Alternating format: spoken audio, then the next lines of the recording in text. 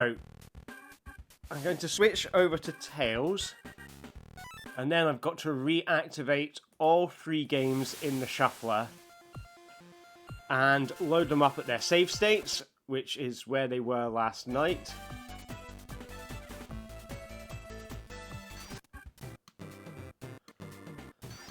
And hopefully when we... Ooh.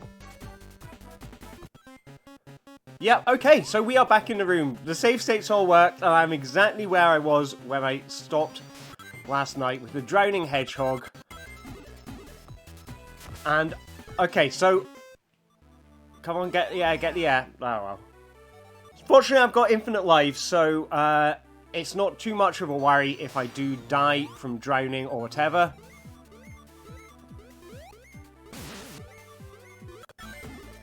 But this level was kind of hard because there are bottomless death pits in this one.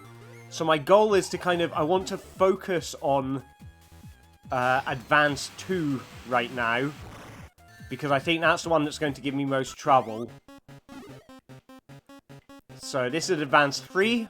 Oh, no, that was a bad move. I got air.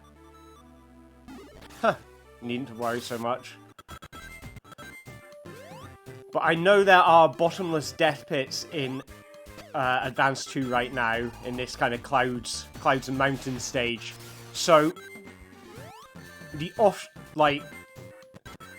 consequence of that is that I don't want to... So I think it's a good thing to get the lightning shield in Advance 1 now. Because that will put me in a situation where it's going to switch out of Advance 1 frequently, which is good, because I don't need to defeat Advance 1 anymore. I just need to get rings in it to switch back to the other games. So... But I'm very aware that there is a lot of bottomless pits in this level I'm in right now. And I kind of don't want to have to deal with that.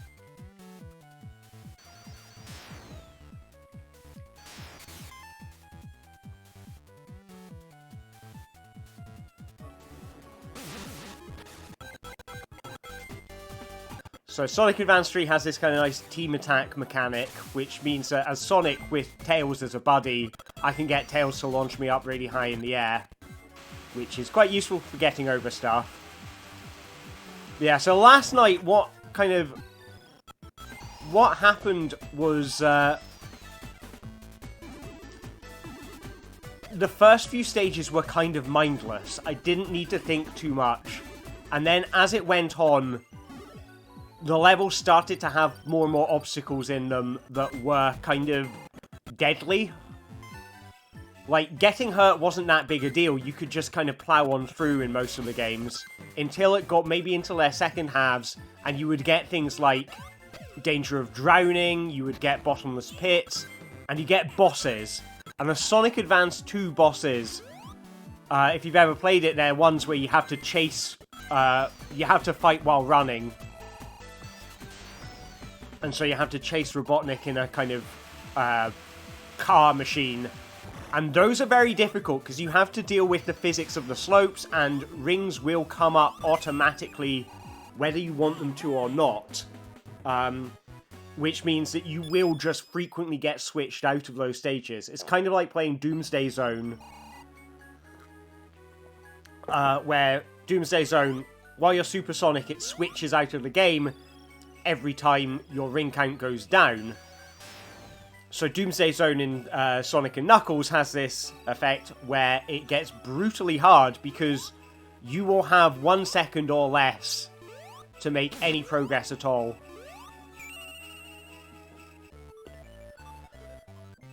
But yeah, so this is Zone 5 of 7 of Sonic Advance 3. This is Zone 5 of 7 of Sonic Advance 2. So I am roughly at the... approximately... Well, what's 5/7? The 5/7 point. Whatever that is as a percentage. But it's sort of... I guess nearing 2/3 of the way through it. Which means maybe I'll have these all beat in another in another 2 hours, but I am fully expecting the levels to get harder, so I wouldn't bank on that time limit. So I guess I have to go down this hole. Grind rails were something that were particularly difficult. If you're sliding on a rail, you really don't want to press... You want to make sure that you're not pressing jump when you pick up any rings. Which means either you need to tap the jump button really quickly, or you need to avoid touching it at all. Which really does mess with your mind a bit. So I'm being nice and careful there. Because I don't want to launch myself off the edge of the level. Can I super jump up there? I can.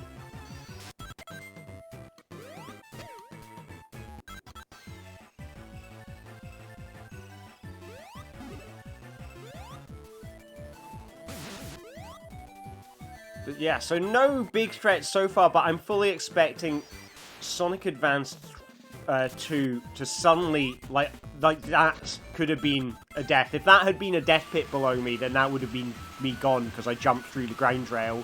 So you have to be very careful about when you jump and when you don't jump. I think that's the hardest thing in this. It's not like avoiding rings or something like that. It's avoiding button presses.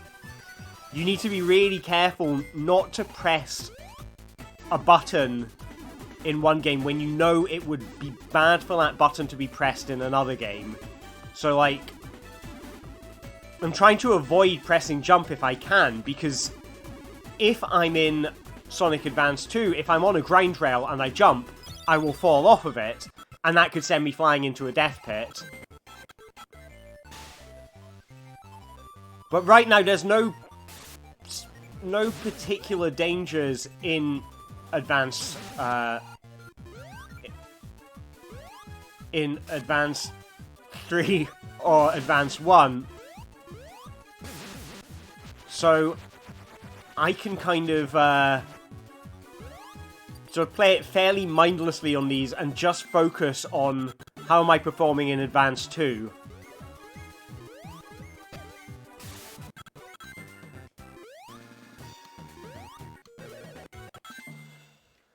And that's... Okay, cool. So, I was really struggling with this level last night. I died about...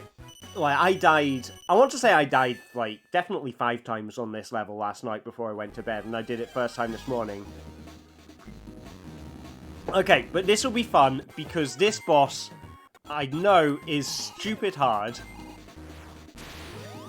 And that arm is like a one-hit kills, if it on certain moves. I can't remember which one it is. It'll slap you and it'll try to karate chop you.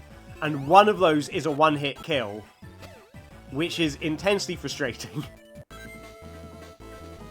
And you see, like, those rings will appear over and over again. Eventually, the level will run out of rings. So, it's not totally an issue. But you see, any second now, I'm going to either get hit by something or I'm going to run into a bunch of rings. So I get, like, a tiny bit of grace time to kind of concentrate on the level. And then something will happen. But that laser beam, I can destroy it on its own. And that should give me a bit of freedom. Freedom to not have to worry about so many things. So hopefully I should be able to get past that boss without too many attempts. But also noticing when you have no rings, you need to get rings. And sometimes the timing can be very tight of, like, when you've just left the game and now you're going back in. I need to hit Knuckles at the top of the robot. Now, something I found out last night is I can double tap a direction button and it'll make Sonic run forward. So I always thought you had to just play with the momentum of the level. Like, but having a way that you can quickly boost forwards is really useful. I want a penguin with the top hat.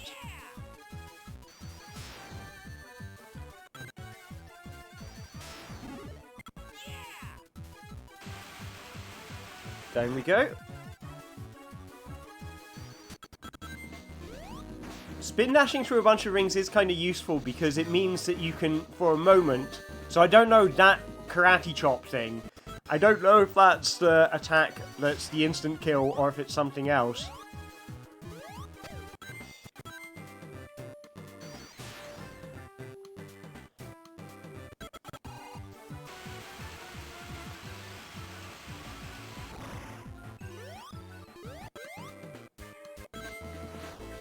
But yeah, this is the part of the run I'm kind of focusing on. The other two I'm kind of idling on at the moment, just playing kind of mindlessly, not really thinking about what I'm doing because I can.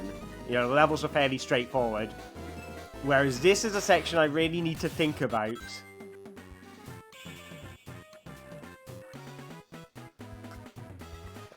One down.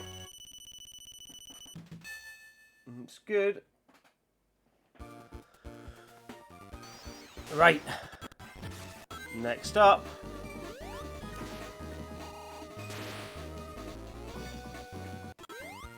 So I'm getting a few hits in on Knuckles, which I'm happy about. I don't know how long I've been under this water, so I am going to grab some air.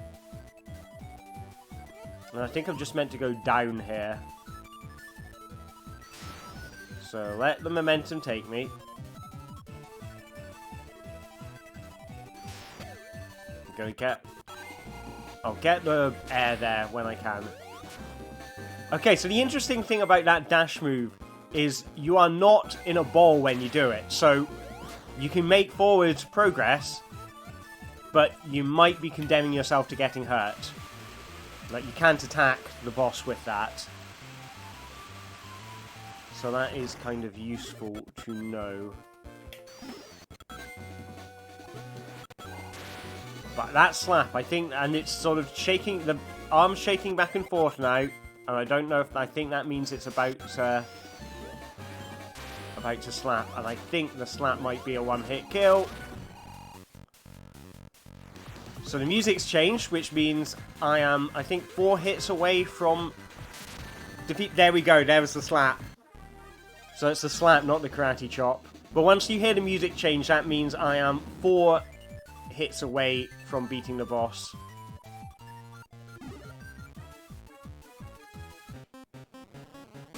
Wow, nearly out of air already.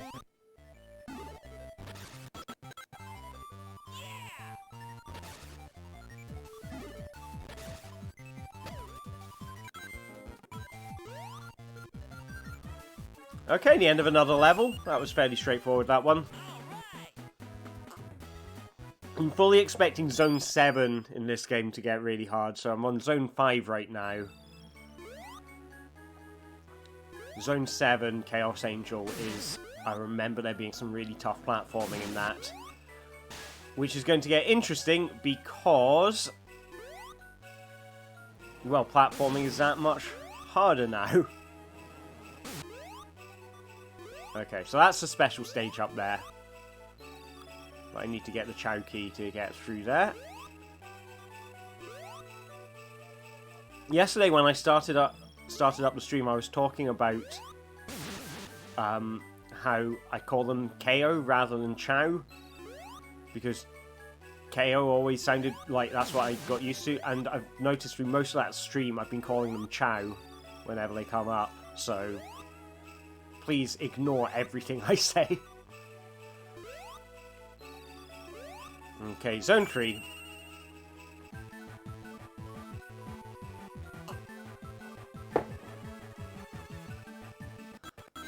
Right, but... okay, so I want to be going for the ray gun first. So if I can jump in and get a hit on it. Oh wow, I managed to get slapped but not get killed.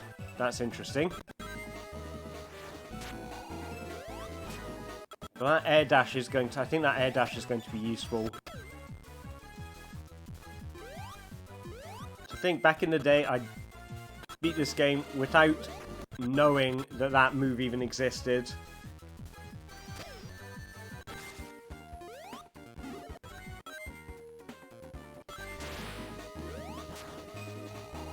I thought I was going to run straight into the hand there, so I kind of aborted. I'm going to hold down right because I want to be holding right in Advance 2, so no, okay, that wasn't helpful. I thought I was about to hit into the cockpit. But yeah, being aware of what button you want to be pressing when you switch into a game seems to be the order of the day. So now I'm in danger because there's no rings, and that ray gun's about to shoot, but fortunately rings appeared that I could use.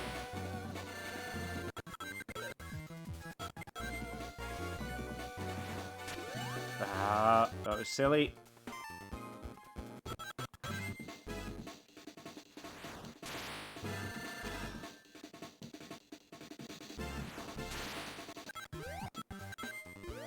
And now I want to be jumping when I collect rings, so I'm going to try and hold down the jump button as much as I can.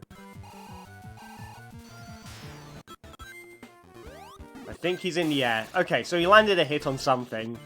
I'm happy with landing a hit on something. That's good. But you can see that's the hard bit is the bosses. The bosses really are that much harder once you got the ring switching in. Well, or at least they are in Sonic Advance 2. In the other games, they are kind of less chaotic than the main game because they don't have an infinite supply of rings in them. But Advance 2, which I'm playing right now, has an infinite supply of rings in it. So you will never be free of the calamity. Like, you have to factor it in at all times when you're playing. You can't get to a point where you're just playing the game, you know, vanilla. You have to interact with the ring effects.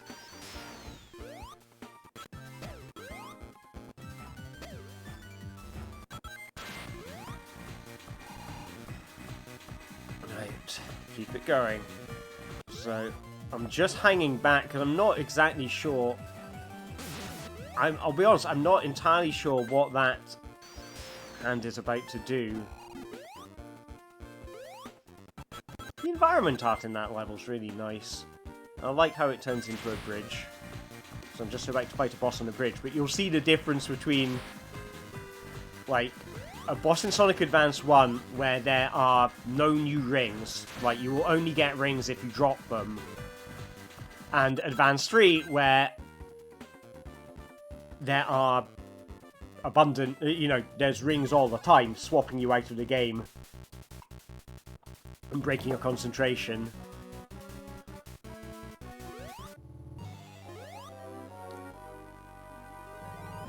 I really like the change of environment in that level.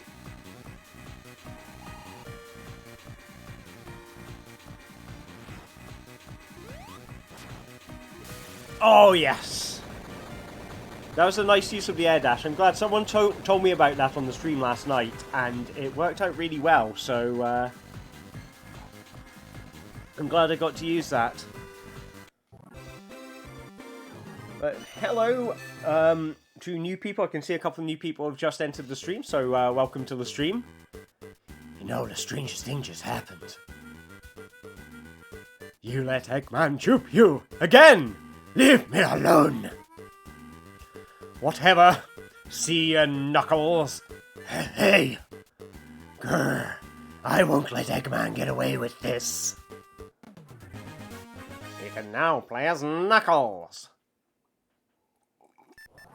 I don't think I've been massively consistent with the voices in these games, but I know at some point last night, like, Sonic became quite the thespian, so very Shakespearean, people were saying.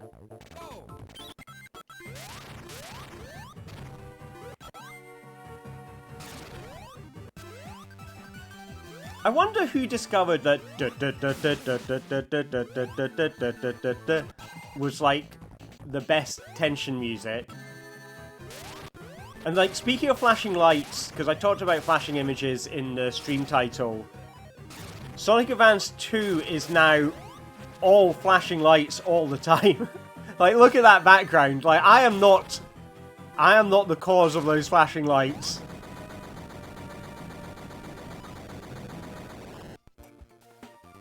And there we go, one zone down.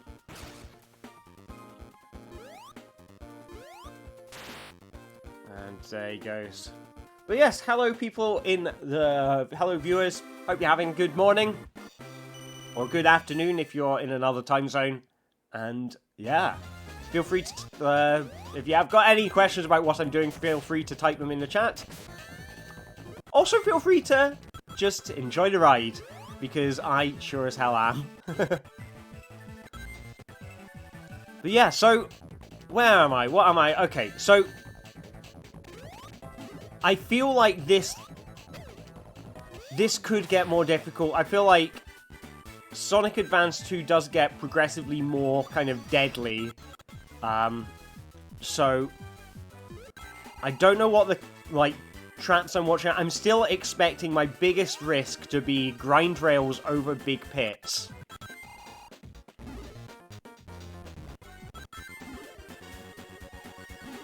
I don't know yet. I try to stay on a high up route, because I know the higher you are, the more likely there is that there's something below you that will catch you when you fall. So I'm trying not to jump right now, because I don't know what's going to happen in Advance 2. Because I could see I was grinding on a rail, and I still am, so I'm just holding directions. I'm only jumping if I absolutely have to, because I don't want to jump off of that grind rail.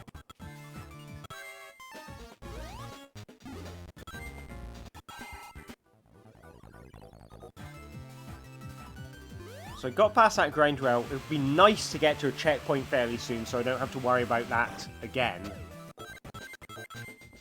I can see that there's a big ramp there, and I'm not going very fast. So I missed an opportunity to get onto a higher rung.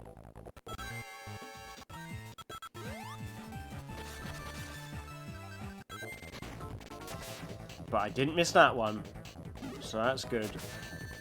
I hope I don't fall through that grind rail. And I'm going to go back for that air, because I have no idea how long I've been underwater. And the drowning does seem to happen quite quickly in Advanced 3. It does not give you a lot of time underwater.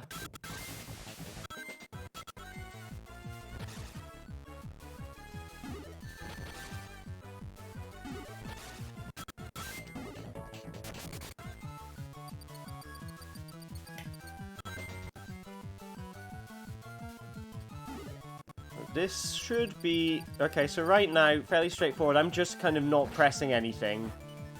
And hopefully, I don't need to...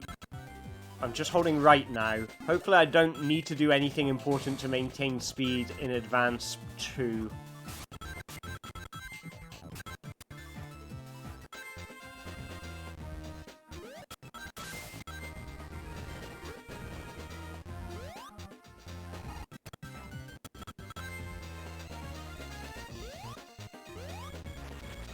Fly over some pits.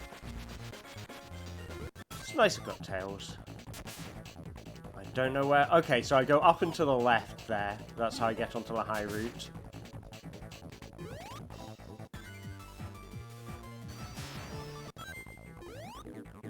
But yeah, interesting that I think the biggest...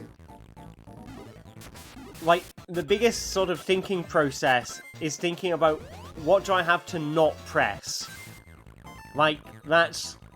You think about what you've got to do for safety, and often it's you have to make sure to not be pressing something.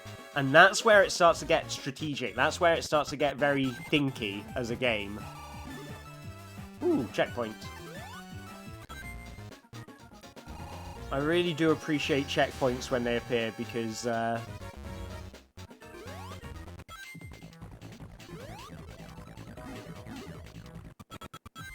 yeah, death can come suddenly and out of nowhere. And when it does, you want to know that you've not lost too much progress, because, well, progress is slow because you're playing it at a third of the normal speed. By which I mean you're playing 2 other games, so, you know, do the maths. Into the tube. I think getting hurt in... because Advance 1 is a kind of, you know... that's already solved now, so I can do what I like in Advance 1. Getting hurt just to get it out of the rotation quickly is quite a good strategy. I guess you just can't do it frequently. Like, there's only so much getting hurt you can do before you can't get hurt anymore. God, which sounds really philosophical. Like, it sounds like I'm talking about a bad breakup or something. There's only so much getting hurt you can do.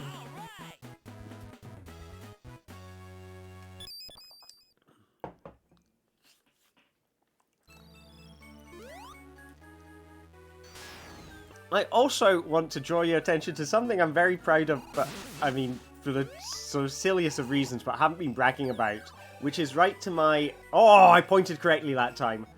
Right to my side there is my URL, alistair.games.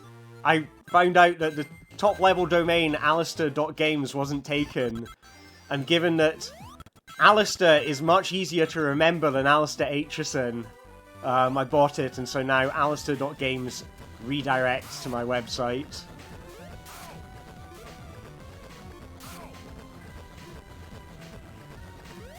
So I remember this boss being really hard. I remember really struggling with this one. Because you have to really think about positioning, and it's very easy to get hit by that thing, and when you do, you fall into a death pit. But I think this is going to be a boss that isn't massively different between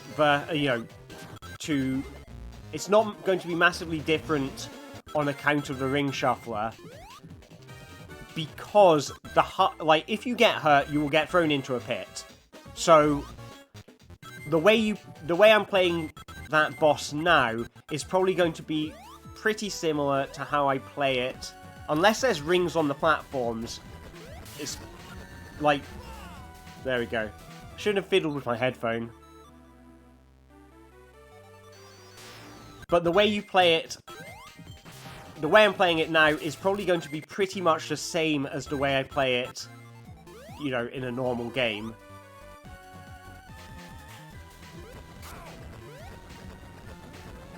A big part of that is I have to avoid getting hurt, but you have to jump off of the platform. Jump off of the platform before he can hit you with it. Like, you have to jump off of the platform so that it lands on Robotnik's cockpit.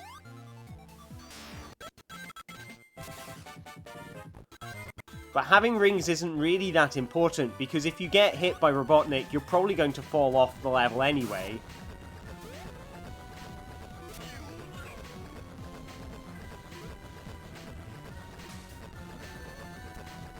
So that was a case where I got hit but stayed on, but I lost all my rings, so that was the same level of threat as there would have been if I'd been playing normally. I am just trying to do this as quickly as possible and just stay high and hope. And really just hoping... Wow, I remember that boss taking me like a zillion attempts when I first played this game, like 15 years ago.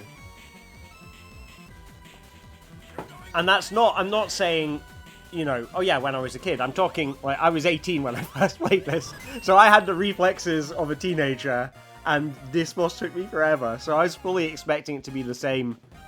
But it seemed to be just staying high seemed to be sufficient. So, maybe yeah.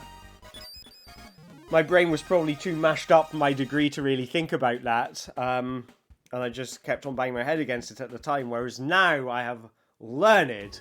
But we're in the kind of 2 techno levels at the same time, so that's kind of cool. I guess 3 if you count Secret Base as being kind of techno. It's close enough. So it's techno time.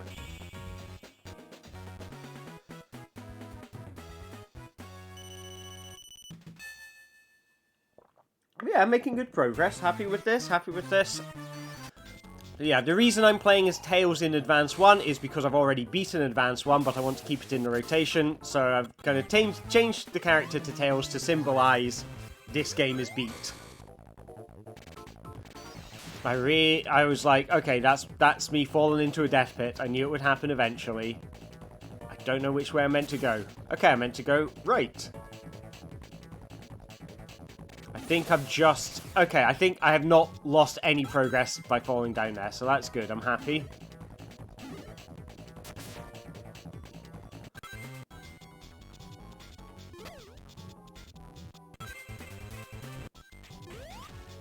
I like this tune.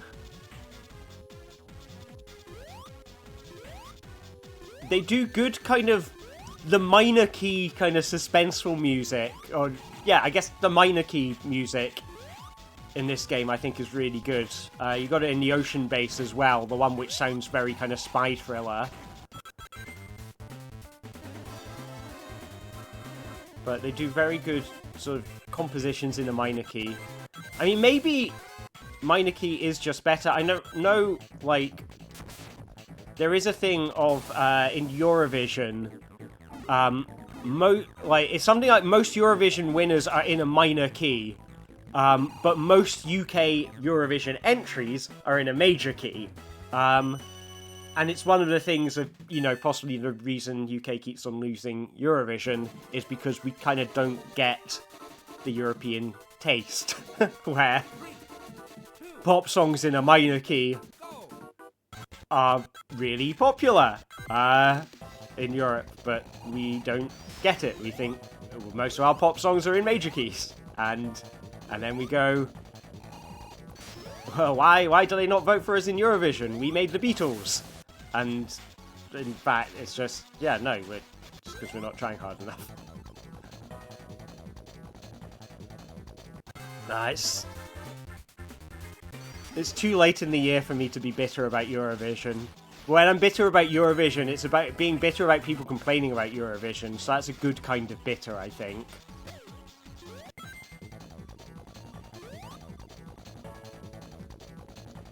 So where do I need to... I think I need to go around here and go to the right. Do I go down here? Or is that a tube for something else?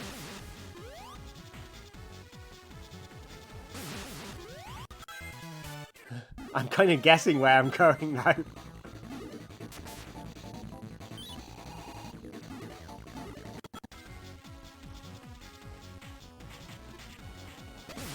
Happy as a clam.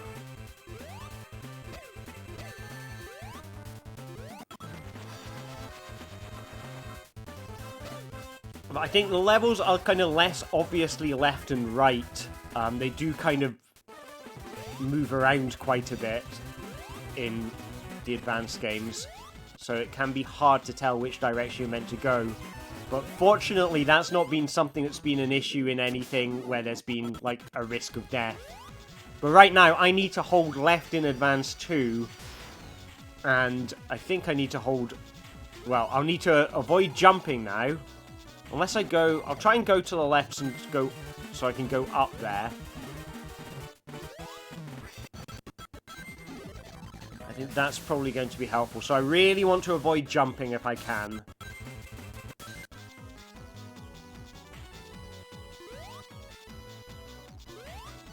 Like, if I get a ring, I need to be holding down absolutely nothing, because I do not want to fall off of these grind rails, and I've got grind rails in 2 different games right now.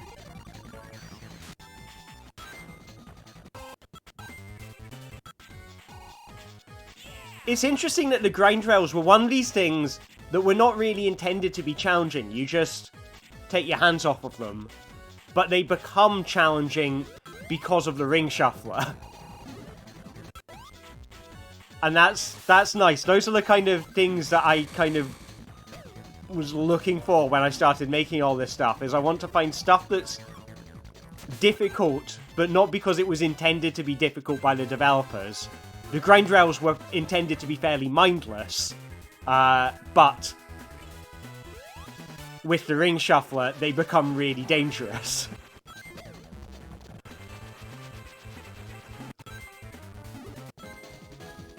Because, you know, the player will survive as long as they don't touch any buttons, and they have no reason to touch any buttons.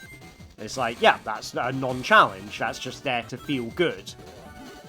But then you add in my ability to press buttons, so while switching from one game and into another, and suddenly I'm at risk of falling off. So that's interesting. Which way am I supposed to go?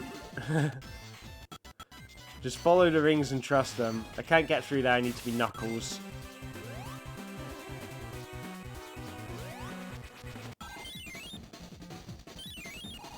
I keep on forgetting which games I can use the tag team attack in. And it's just Advance 3. I keep on trying to use it in Advance 2 to get up to ledges, but Advance 3 is the one where you have a buddy. Alright, Death Pit. Didn't know that was there. Yes, that's something to be aware of, and that's back to the beginning of the act. But at least I'm... Well, no, I do not remember where that was. I've got no kind of level map in my head, so I don't... Like, it's... If you know... Like, with the Mega Drive games, I would kind of know where the traps are, because I know those games kind of inside out. But with the advanced games, I don't really know them that well.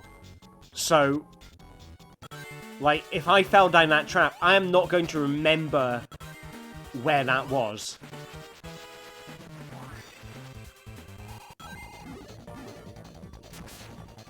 I hope that launches me upwards. Yes, it does. Cool. So like I say, if I go upwards here, I can go up onto the upper route. And the upper route is helpful. Because staying on the upper route is more likely that I will keep away from the death pits. There you go. It's really easy to forget which way you're supposed to be going.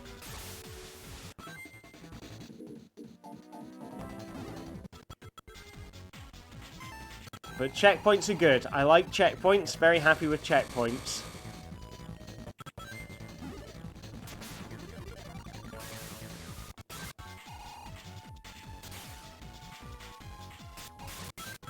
But trying not to touch anything. Okay, was it there? I remember those silver bounce pads being dangerous, but I think have I been on this ramp last time? No, this looks different. Which I think is a good sign, because it means I'm on a higher layer. If I use Tails to get up here. And try not to stand for too long on these Windows icons.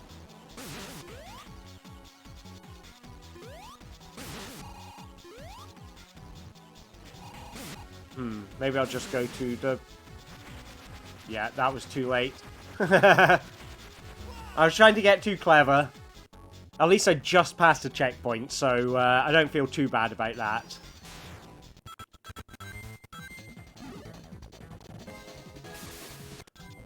But, yeah, avoid pressing buttons, stay on the upper route. It's kind of like Street Fighter, you know, in Street Fighter they say stop pressing buttons. The reason you're losing is because you're not blocking. Stop pressing buttons. And that's what I've got to do here. I've got to stop pressing buttons. Which I think is an interesting, like, idea.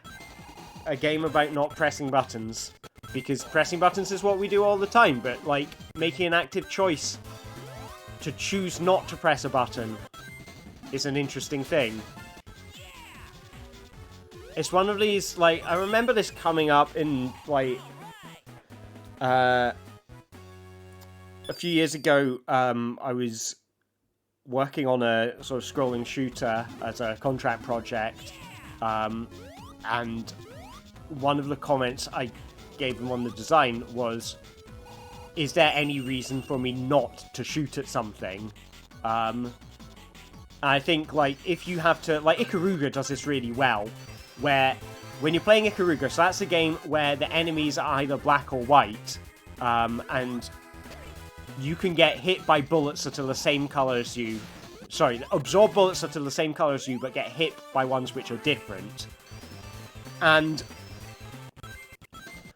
one thing that happens to that is if you shoot an enemy that's the same color as you, then it will spawn these little bullets which float through the air. And if you then, you know, if you shoot a black enemy, black bullets come out, and then you switch your ship from black to white, then those black bullets you just created are going to be dangerous. And so now you've got a situation where, like, there is a reason not to shoot something, because shooting something could create debris that makes it harder for you to make your way through the level, because you're going to fly into debris that's a different color than you. And that's like a reason not to shoot something. And I think, on a fundamental level, if you can add something to every game which would add in the question of why would you not want to press a button, then that creates something really interesting.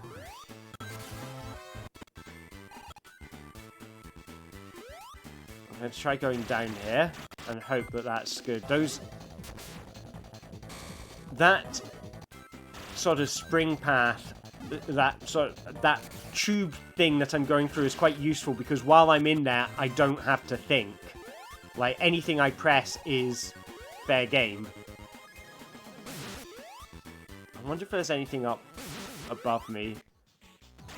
This is Operation Try and Stay High if I can.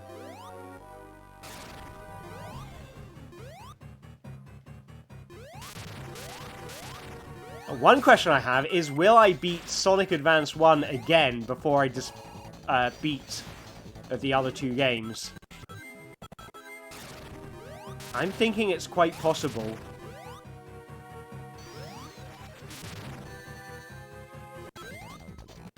Well, that's a situation where I wish I hadn't pressed any buttons.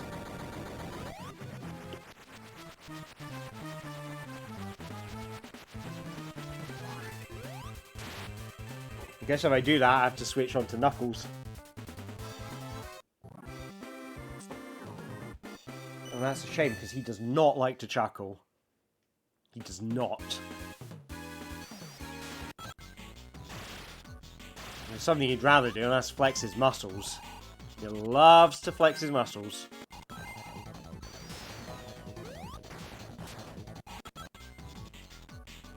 He was doing a kind of Bruce Forsyth pose there as he fell down.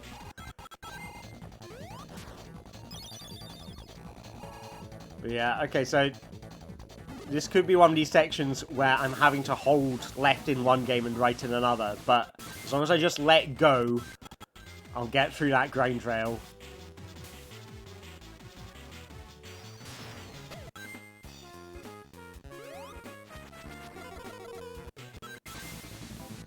Okay, grind rail negotiated.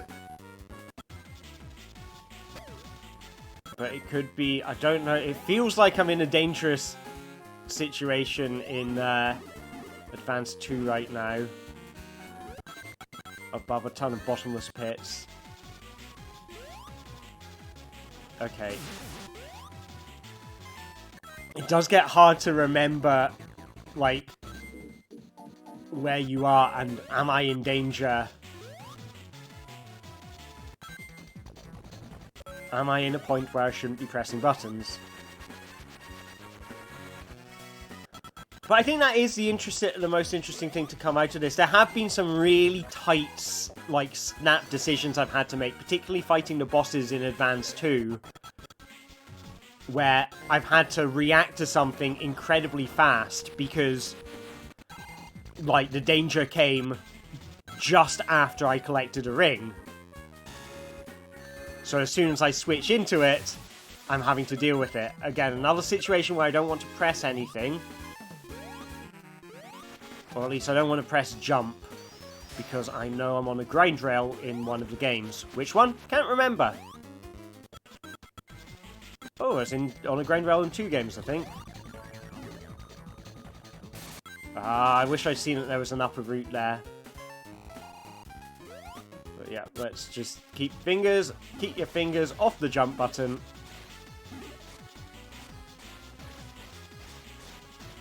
And over I go.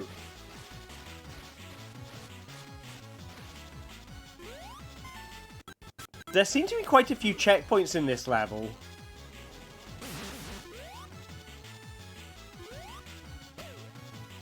And the team jump is proving very useful. But yeah, keep on remembering not to press jump. Just stop pressing jump. If you're thinking about pressing jump, don't.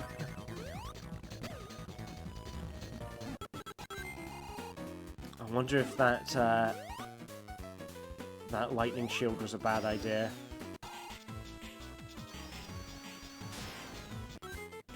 Okay, I'm meant to go left. Okay, that wasn't a death pit. That's good. That was just an upper route got missed. So that increases the danger level. I like that we've got this kind of, you know, epic fast pace going on in Advance 2 and 3. And then Advance 1 is just like chilled kind of fairground music. Like ba ba ba da ba ba da da ba da ba da ba ba.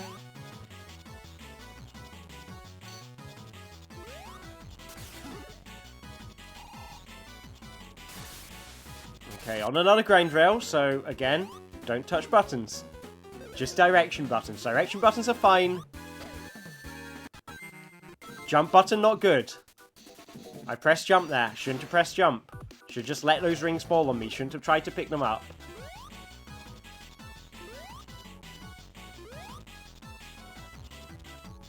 I feel like there were some quite precise jumps in this stage.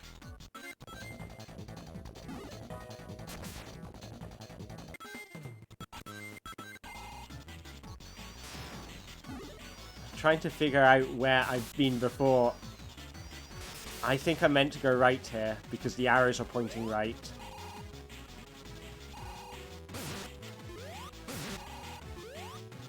Okay, no, I can't. Oh no, maybe I meant to go up to the left platform there. Anyway, just don't. Try not to jump. If I can help it. I'm going to get that ring in hope of switching into Advance 2 in a kind of controlled environment. Because I'm going to have to jump to get those rings, so I need to, like, make sure to tap really cautiously. Or use tails. Use the team attack to get up there.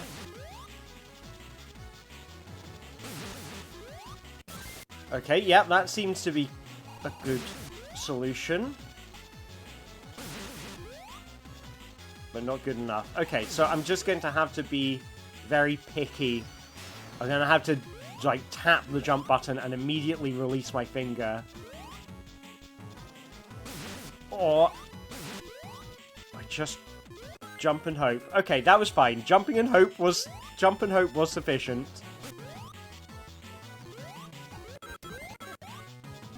But I went and made the mistake all over again.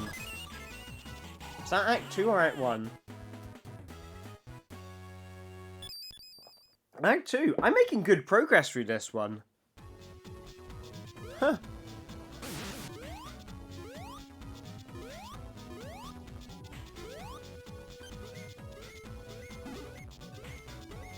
Right, so what's next? We need to find Act 3. Oh, there's a KO. Found a KO. 9 KO left.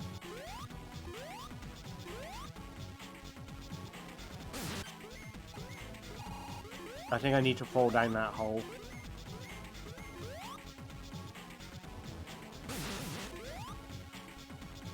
Or not. Or maybe I go down here? Oh yeah, I remember this. Can't remember if it's left or right, so I'm going to guess left. I guessed wrong. Right, let's try again.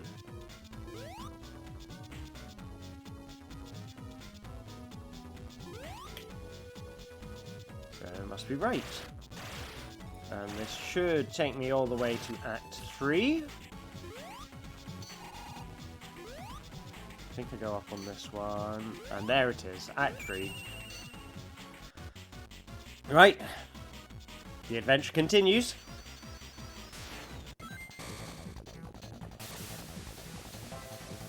Onwards! Oh, I just squished tails. Wow. Given how far through I am in Advanced 3, I'm starting to doubt whether I will beat Advanced 1 a second time before I beat the other two. I think I'm actually going to... It's going to be a fairly,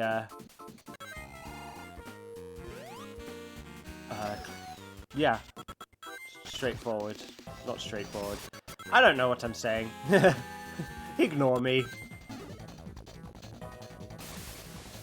Just don't press a button. Don't press a button if I can help it.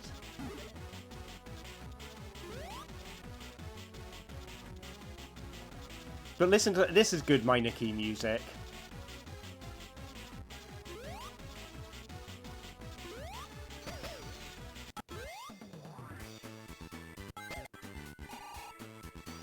So just hold. Okay, this is good because this is just collecting rings, no need to press buttons.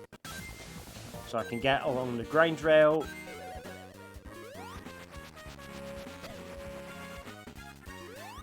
Just want to avoid holding down the jump button for any longer than I need to.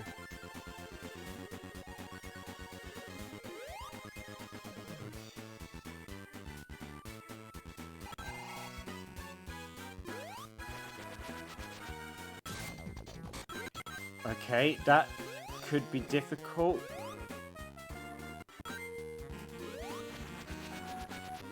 So I kind of want to use tails to get rings right now. Just, like... and have to react very quickly to those jumps, because I think that's a bottomless pit down there. But we'll see.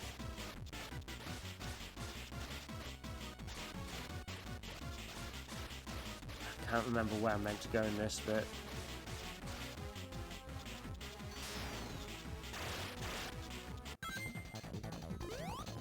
Okay, so just holding down right now because that's what I want in Advance 2.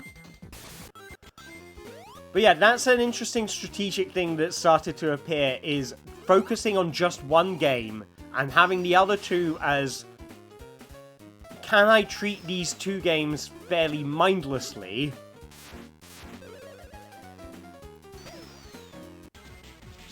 For the sake of just, you know, focusing on progress in one. Like, can I get away with just,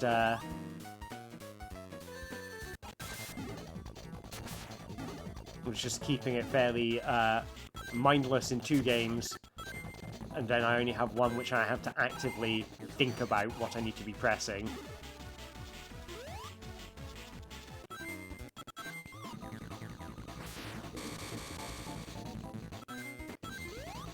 And it seems to me like the levels in Advance 2 are the most, like, dangerous. Like, you're most likely to end up in a trap that will kill you in Advance 2. Like, you will get hurt in Advance 3, but you're less likely to fall into a bottomless pit.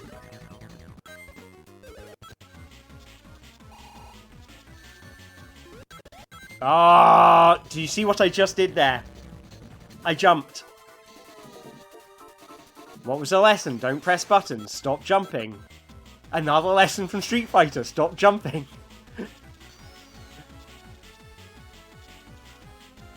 The only reason to jump is because you shouldn't be jumping.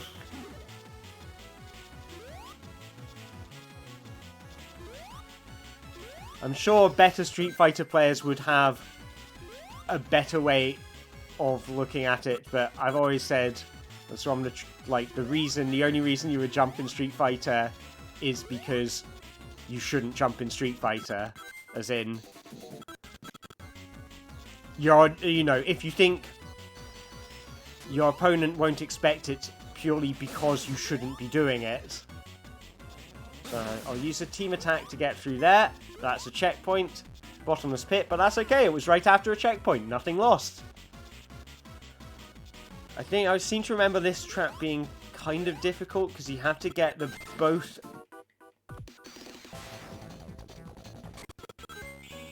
You need to get both of those doodads. Both of those platforms moving at the same time. So, I need to get that one moving at the same time, and in order to make that work, I need to... I'm on a low route, so that's not a good sign, because that's... Okay, that wasn't so bad. I was thinking, like, the placement of the rings in there might make it kind of difficult. I'm not sure which way I'm supposed to go.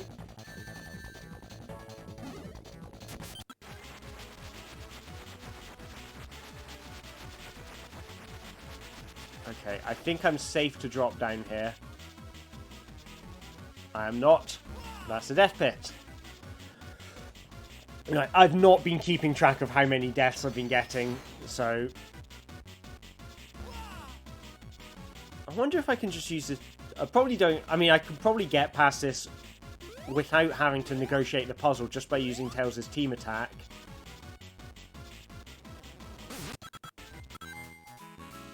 So you hold down the R button to summon Tails towards you, and then... So I've just got the R button held down right now. Because then you can use him for that. And get hit by a spider.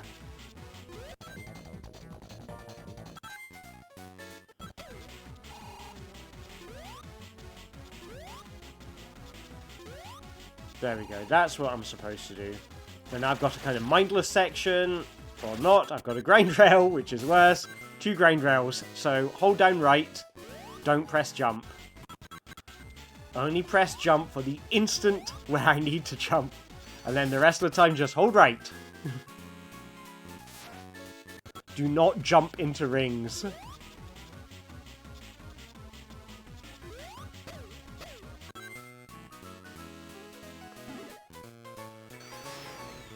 I don't know where I'm meant to go in Advanced 3 now. I'm meant to go left or right. I'm meant to go left. Okay, this trap again. I'm glad it's close to a checkpoint. A less forgiving game would put that trap further away from a checkpoint. I know Tails is going to have to go wild collecting rings, so...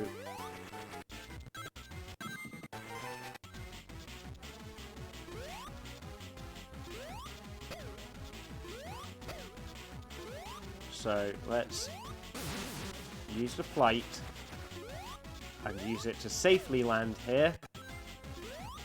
Do I go left or right? I'll go right and see what happens and hope that that takes me further. Get the spring because it looks like it goes to a higher route. It does. Higher routes are better. Higher routes are safer.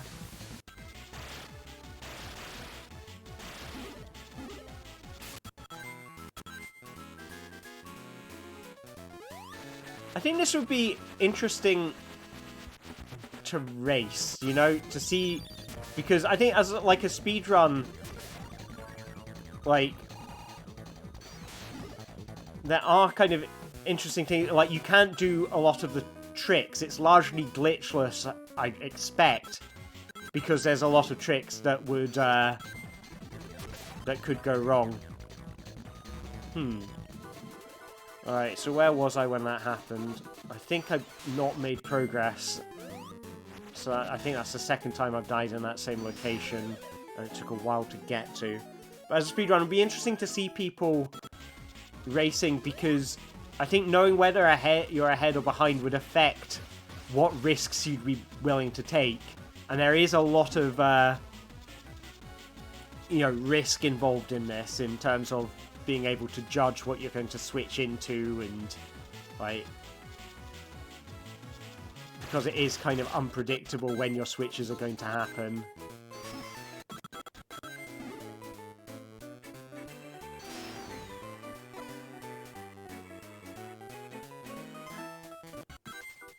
So, hold down right and hope. Okay, checkpoint, that's good. Okay, so that first jumping section is like a practice version for this. Oh, but there's a... I should stop holding R though, because that'll force me to... I always try to hit Robotnik as soon as he appears. Which is probably bad strategy.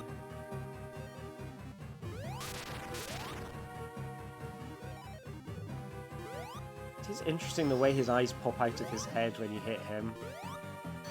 Oh, not good. But that's okay, because... Okay, I was like, that could have been a stupid move.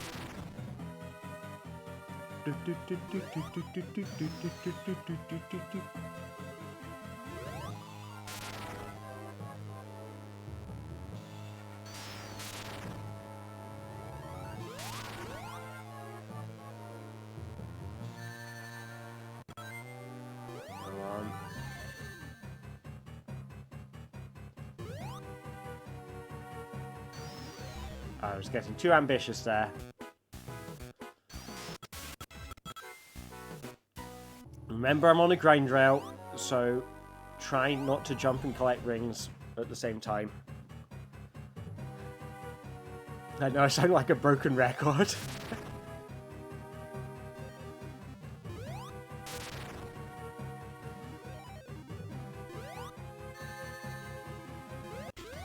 No! See what I did? Did I learn?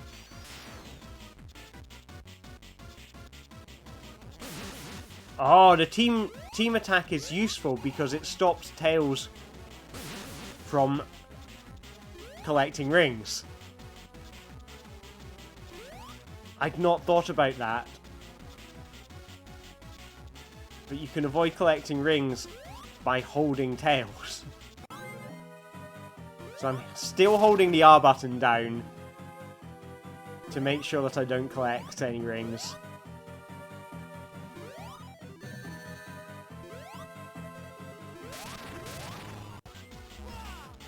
What did I get squished by there? It's like a bit of wall intersected slightly with Tails. And I was like, yeah, that's a death, Alistair.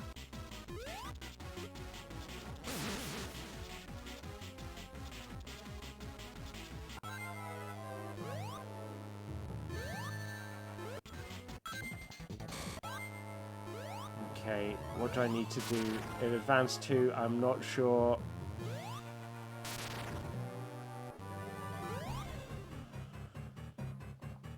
Just focus on the boss for now. And then think about it later. Believe in self.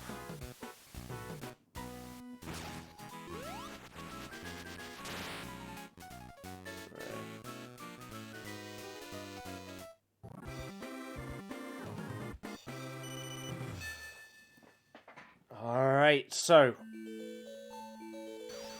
onwards, hold right and hope.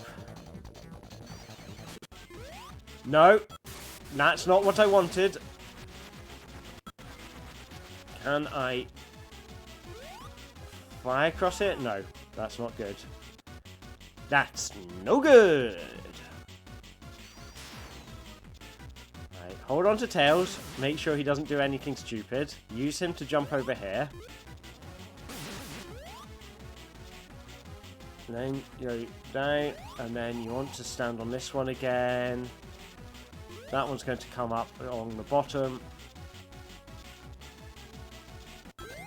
Just let Tails grab things.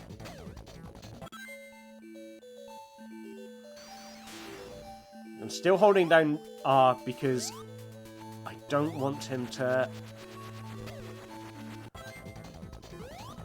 I don't want Tails to fling me up into the air.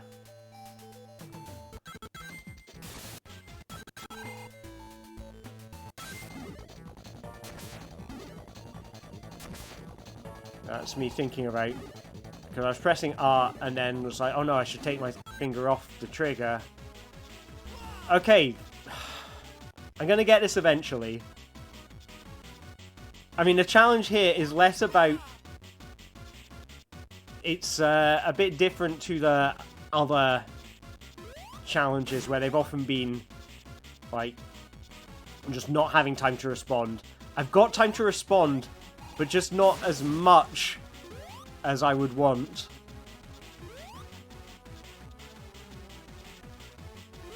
So, I'm going to try, and when that comes up, I wonder if I can...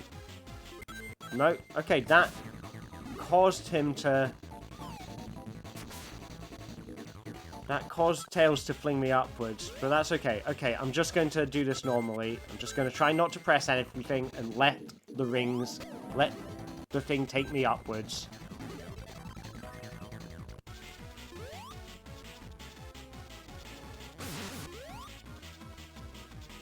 Ooh, a life. I don't know where I'm supposed to go, so I've got to fly. I've got to try. I'm the only one who can fly.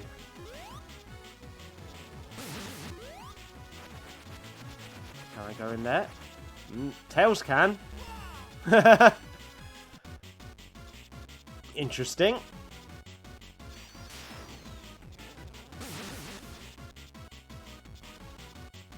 But I'm glad I feel like I'm finding a strategy for this. So, that's a nice thing.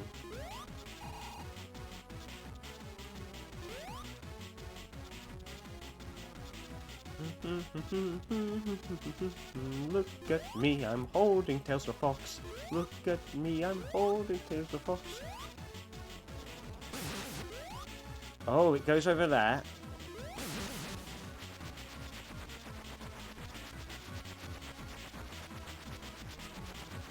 Just hope. Hold and hope. Is that the end of a level, or is that a bottomless death pit? It's a bottomless death pit. I think I got through that whole bit without collecting rings, which is interesting. I guess it's nice because by doing this, I can focus entirely on the platforming. So I am going to try and stay in this bit of the level.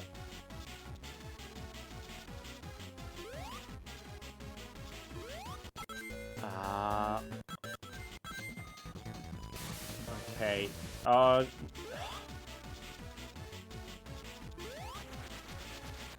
Okay, can I get to... Oh, I know what I'm supposed to do. I'm supposed to let that thing push me into that.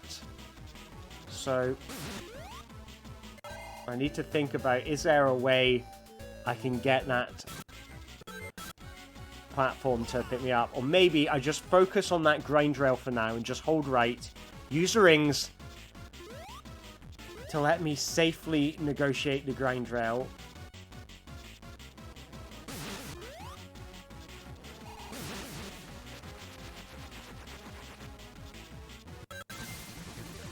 So I'm holding right and just letting it stick me onto the grind rail. And I'm going to let myself grab these rings until I'm at the end of the grind rail.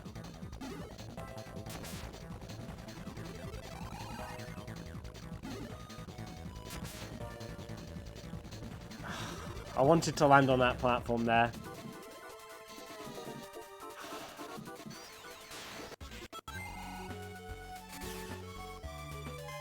So I feel like we've entered a tough section in 2 games now, because that's not the first time that section of Techno Bass has hurt me.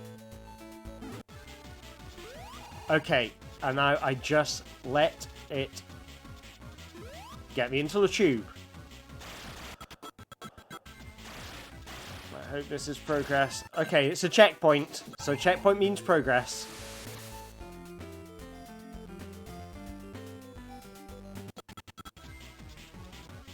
Okay, Gemo, which means that we are now at the end of the stage. And it's a boss, so ring shenanigans will be less of an issue.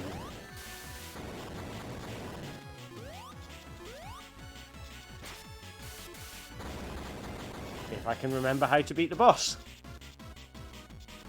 Which I don't think should be too difficult.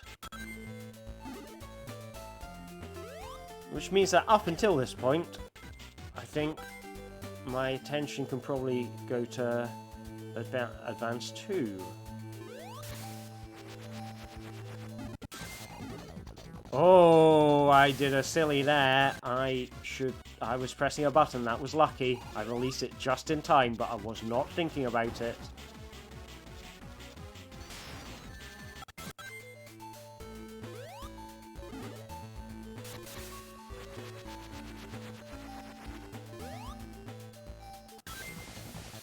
But just keep on.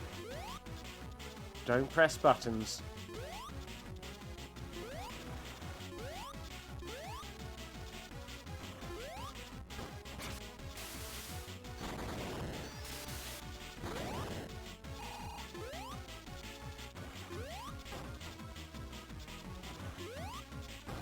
Okay, that's Gemerald down. Straightforward.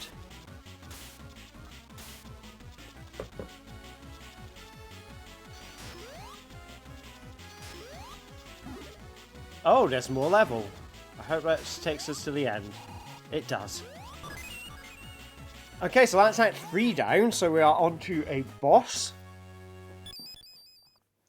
Which hopefully is fairly straightforward. Oh, there's Cream. Oh, I get to do more voices. Hey, Cream.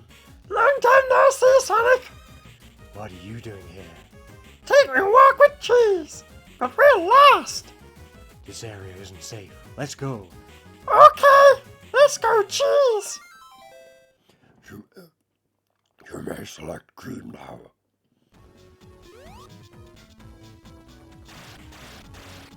I like doing the voices. Is this the boss? This is the boss! Who's the boss? I'm the boss. Alright. Let's get moving. Let's beat this boss.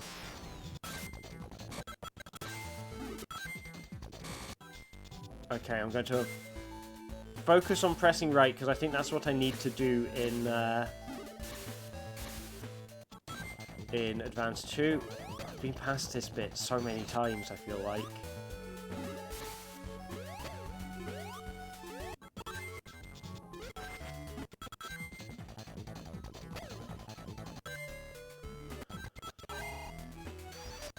So I'm wondering, in terms of like which game's going to get finished second, it's almost like it could come down to like which one is the most brutal rather than which one is the longest, which I think is an interesting distinction. Okay, I like this one. You got to hit the balls back. And there's a lot of opportunity. It uses the physics, the geometry of hitting circles from different angles. So that's nice. Right, the angle that you hit the object at affects its trajectory, and I think that's nice. That uses one of the cool things about Sonic is that he is circular. And the games act on momentum, like they have a sort of sense of, you know, angles, geometry in them. I think, like, the physics in Sonic is one of the things that makes it, like, good for messing around with. I know I've talked about this on other streams and, like, videos and podcasts and things, but one of the things that makes Sonic interesting to hack around with is because it's physics-based, you can break apart of stuff, and Sonic will have the means of getting out of it. Things like the spin dash and things, like, you can, like, totally wreck a level, and the fact that you are playing around with momentum and angles will mean that there is a way out of a sticky situation that was not intended by the designers. And that's quite, that means that sort of getting out of a sticky situation is not just a case of being, you know, if you know the game, if you can wrap your head around the physics of the game, you can get yourself out of some quite strange sticky situations.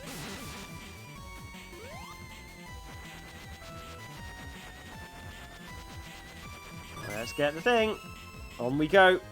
Alright, Chaos Angel Zone. This is the hardest zone in the game. This is the one I'm expecting to get a lot of deaths on, because there are definitely bottomless pits in this level.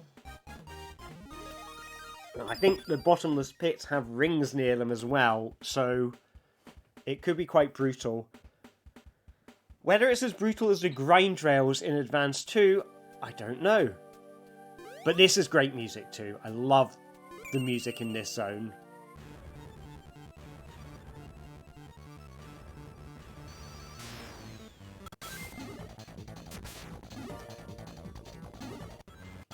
They really do capture the sort of the... And again, it's a minor key tune. But there's a lot of interesting instrumentation going on, like the kind of that piano track. Like, there's a lot of cool stuff. And then that theme, the da da da da da da da da da, is a really nice kind of epic, kind of final challenge kind of vibe.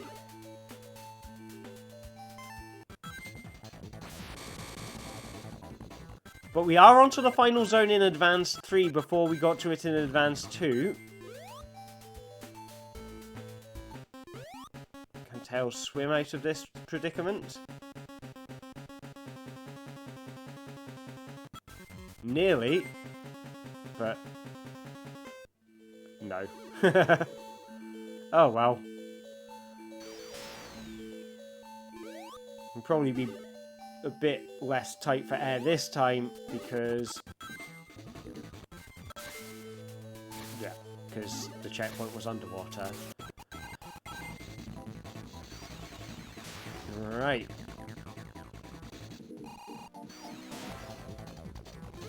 I just need to get a big run on... oh no, there's a spring! Is there a way I can get higher?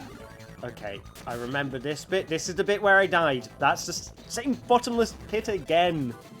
And how much time is there between...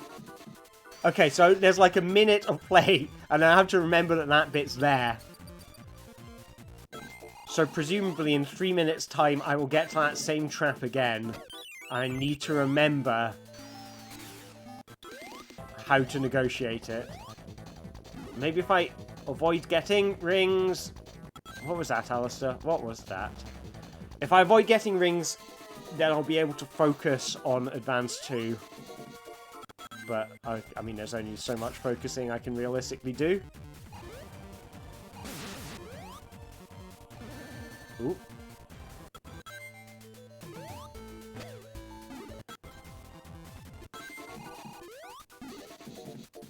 So just try and avoid getting rings. As much as I can. Sometimes they're unavoidable.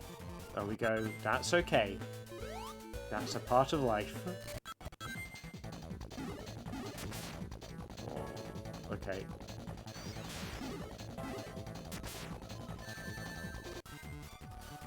No, I want to go left there.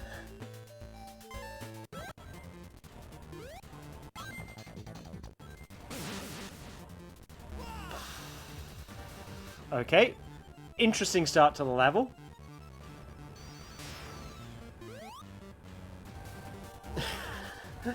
Oh well. Also 4 seconds there on that death.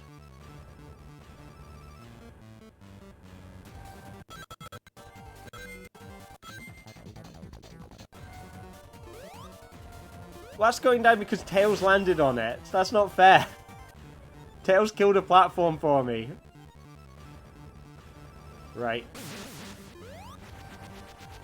This is how I get across without touching rings. Please ignore me. Do not pay attention to the stupid man.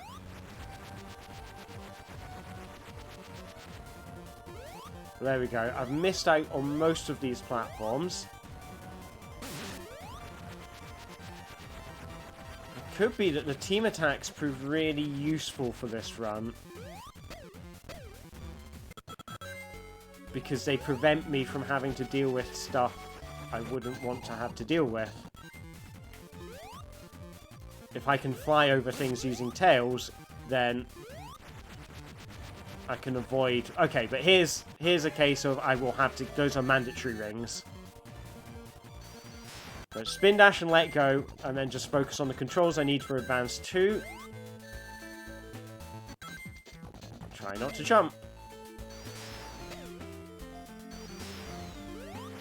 If I can help it.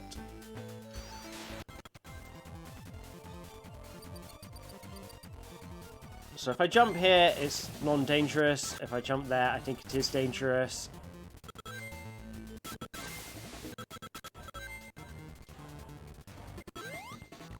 Oh, come on.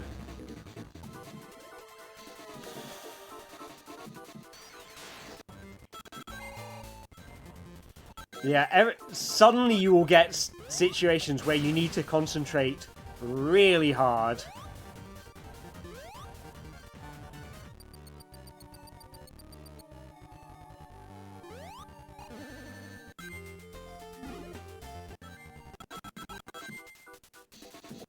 Just run right.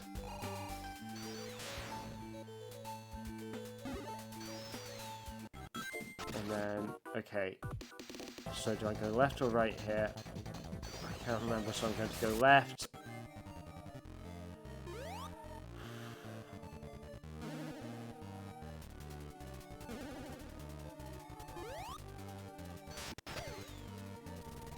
Okay, I feel like this is an area where I want to use Tails to help me fly. How high can he get me? Oh. Onto a platform which I jumped off of, so that's good. I don't think I'm going to want him to get through this bit. I just want to let the momentum take me. Hello! Hello, Pepperball and Brownies. Welcome to the stream. Hope you're having a nice day. I feel like I'm making good progress on this. Despite just getting rings, I'm not so fussed about it because I've already beaten Advance 1, which is why I've switched to Tails. Oh, fantastic. Glad you're having a nice day. So, oh, God. I need to remember not to jump. This is, So this is the, like... So this level is proving nasty. In Advance 2, the level I'm on, there are a lot of bottomless pits. And the bottomless pits are near grind rails. And the thing with grind rails is that I need to avoid... If I am on a grind rail, I cannot be pressing the jump button. Because if I'm pressing the jump button, I will fall off. So I have to be really careful. What I'm trying to do is avoid collecting rings if I can in Advance 2, just so I can kind of focus on it. But it is easier said than done.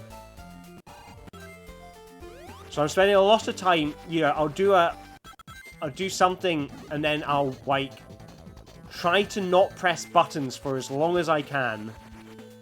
Or mostly the jump button. It's usually the jump button that's the main culprit.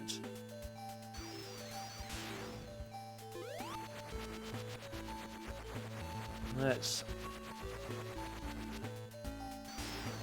This... I am wondering whether I will beat Sonic Advance 1 again before I finish the other two. Kind of remains to be seen. I think I just need to hold down right for the sake of Advance 2. roughly the 1 minute mark, I'm going to bump into some real nastiness. So I think I've got 30 seconds left of Advance 2 before I reach some nastiness. So I'm on a grind rail, but it's a grind rail which I believe to be over a bottomless pit.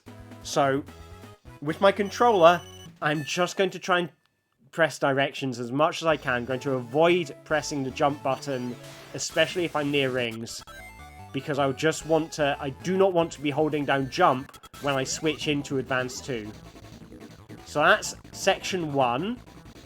And then I feel like there's another nasty section about to come up,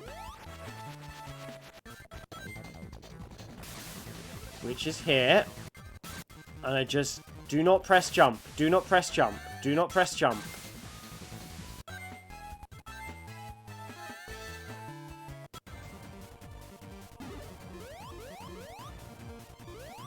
Keep on. Do not press jump, Alistair.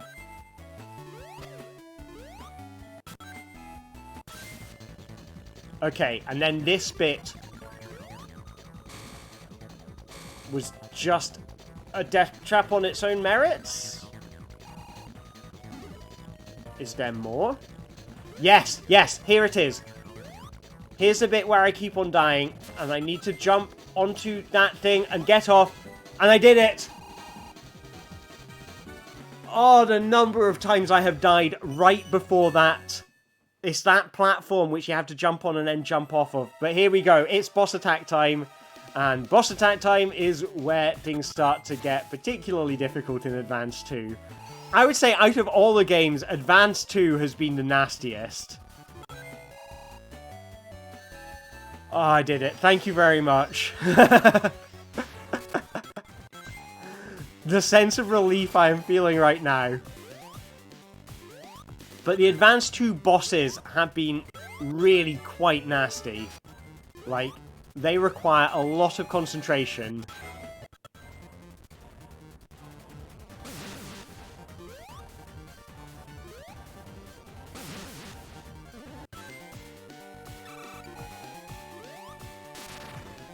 And the reason is because they keep on throwing rings at you.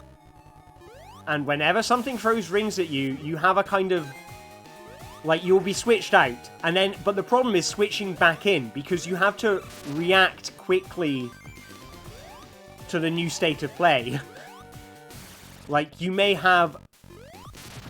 like, a quarter of a second to react to something very dangerous. There haven't been any rings. There's rings. So, you can't realistically remember where the game dropped you off. You have to kind of,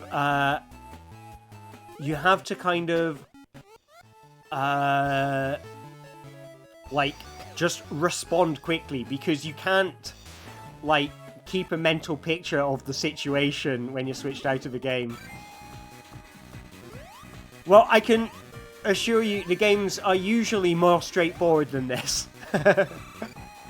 So yeah, I know, because I know the Sonic games on the Mega Drive I know really well, because I played them, like, non-stop as a kid, and that is all kind of, like, information that has kind of sealed itself into my brain. The advanced games, I played quite a bit of, like, 15 years ago, so they are not as recent in my memory. But Plague Tales does make things slightly more straightforward in terms of keeping control, because the swimming is more, you know, is slower. You can kind of keep control of where you're going and when you're going to hit into rings. You can kind of descend without pressing anything. But yeah, okay, so on to the final zone. So this is good. I think this one has a lot of bottomless pits in it. But maybe I am kind of getting the hang of the bosses a little bit.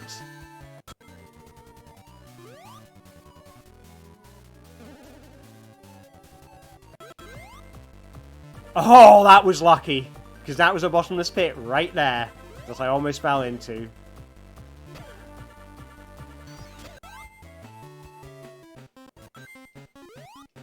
Right. Can I get to air? I don't think I can.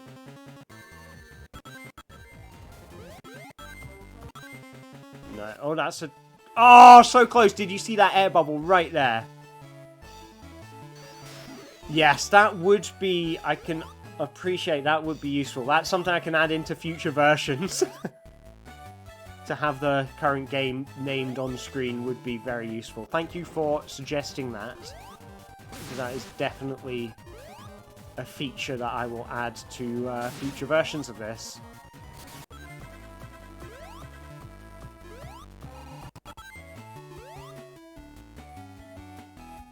Oh, no, you're welcome. Much appreciated. It's always... I know it's like the only way that you find out what all these weird hacky kind of things need is by getting, you know, feedback from people. So I really appreciate, like, suggestions like that.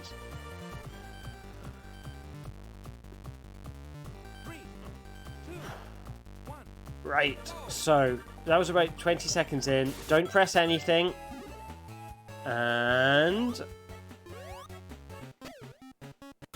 Wow, you run out of air quickly in this game.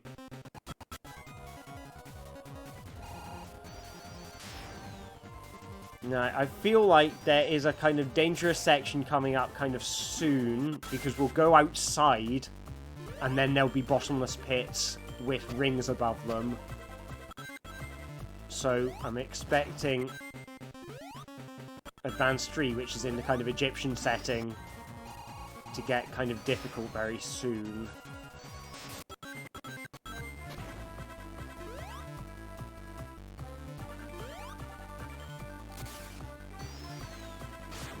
No, what killed me? That killed me. There we go, I'm past it. Air, please, thank you.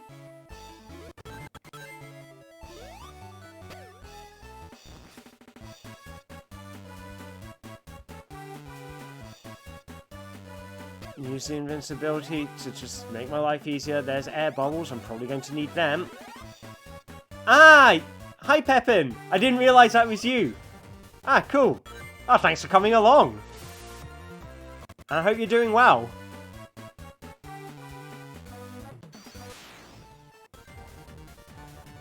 So...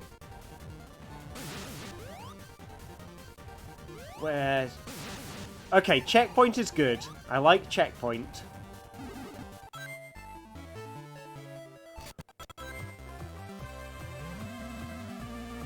Ah, fantastic. I am glad to hear it. Okay, I need to remember that that's a thing. Is this back? This is back to the beginning? Okay, but I know that's there now. So I know when I stand on the thing, I need to react quickly in order to jump onto the grind rail. Again, grind rail, don't press anything.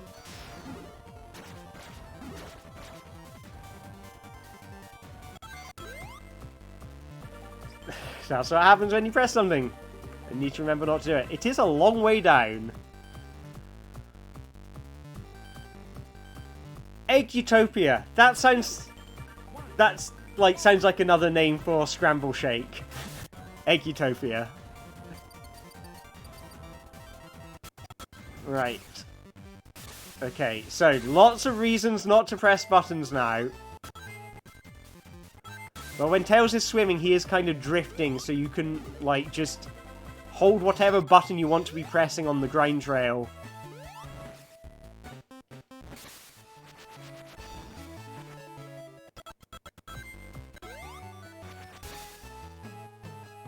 Okay. Is he dead? He's dead. You can press whatever button he's pressing while he's on the grind rail, and... Oh, that was useful because I forgot about not pressing buttons, and I jumped into a spring, and jumping into a spring was fine. So, this is going to go down, and I need to jump to the left. I don't want to jump off of that platform. I do want to jump onto this spring.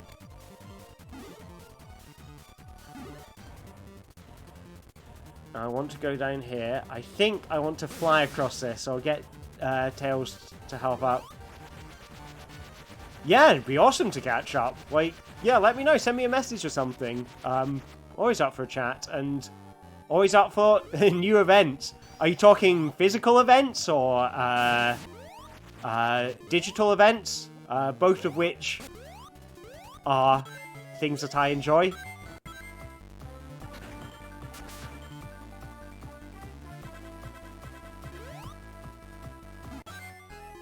Okay, so physical events. Oh, excellent. I am looking forward to doing physical events again soon. I do have one on the calendar, like a one-day event in December, which is currently in the calendar, which I'm really looking forward to because it'll be my first time performing on a stage in like 2 years. It will be 2 years at that point. The last time I did any stage stuff was 2 years ago, right at the beginning of December 2019. So it's not been confirmed yet, but it should be hopefully something happening in London. I don't know exactly what I'm doing for it yet, but it is going to probably be some stuff involving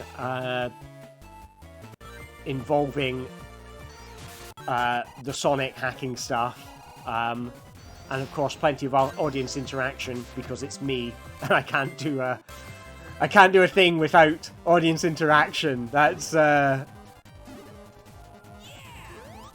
think my mind would reject it. But yeah, so London in December. I'll probably be posting about it in my Facebook and Twitter. So as yet the date is penned in, but I don't know if all the details of the event have been yet. And okay, so you can't swim into Robotnik. You have to jump up to get him, but you can swim up for air. So this was kind of difficult with Sonic because I couldn't. Tails can swim, Sonic can't, and Tails can swim up to get air if he starts running out, but Sonic has a tougher time. So let's jump onto this and jump again. So see me, and I can swim up for air. Sonic, you have to choose, am I going to use this ice block to jump up for air, or am I going to use it to jump up for damage and hit Robotnik, knowing that that will keep me underwater. And I really like that's a snap decision you have to make in the moment.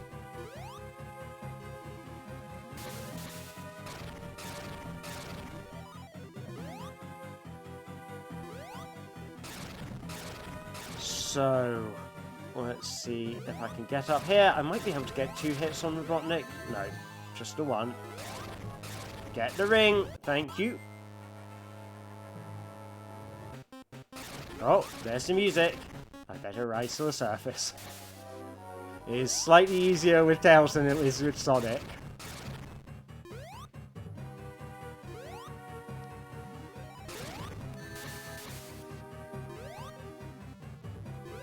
I think I've only got 1 more hit on Robotnik now.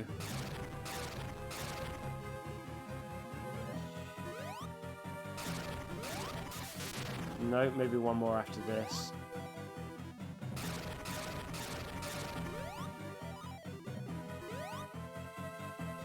There we go. 1 more boss down.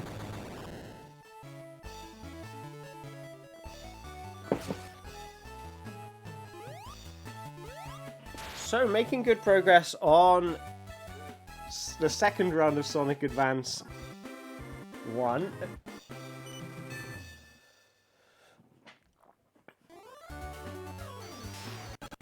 But really, I just want it there so that I can collect rings and switch out of it. It's serving the role of just making things more complicated right now. So, try and press nothing for the moment. Good. Do not want to fall off that platform.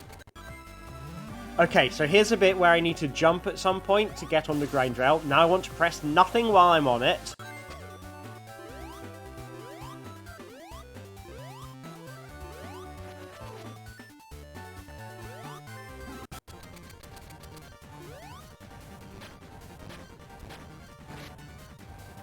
Okay.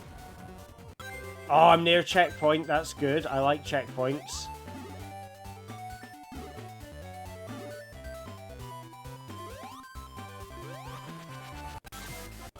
Oh, that could have been very bad timing.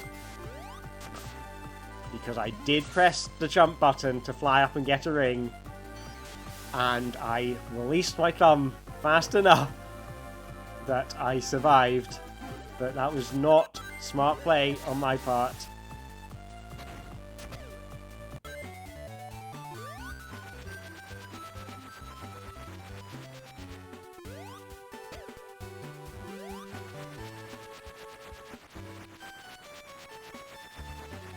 Awesome. That sounds really good. And it sounds like a really good thing to be doing. I mean, I think it is yeah. It's important to bring people together. That's where new ideas come from. That's where new experiences come from. That's where people learn about other people's experiences.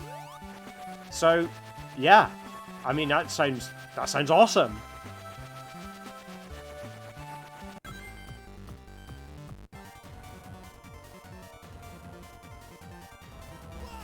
I think live events are really good. I mean, I personally really like live events because there's things that you can do live, like experiences that you can have at an exhibition or, you know, when there's a stage or something that you could not have otherwise.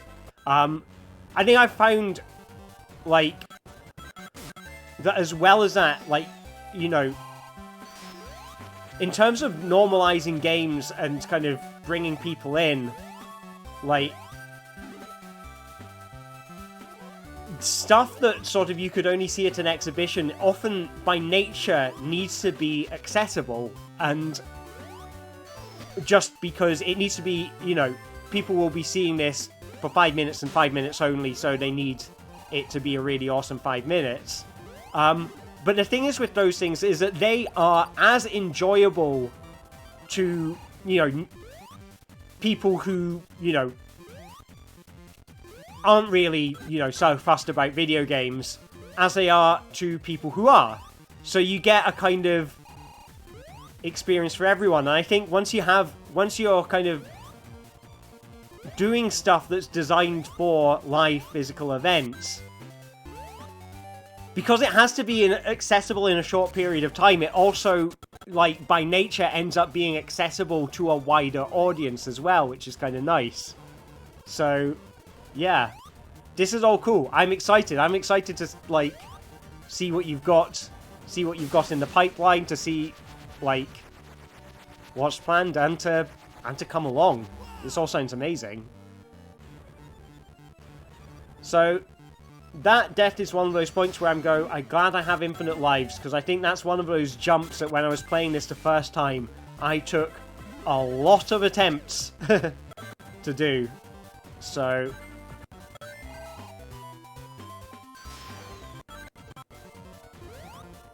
oh, I had to react fast there because I did not realise that that was about to happen.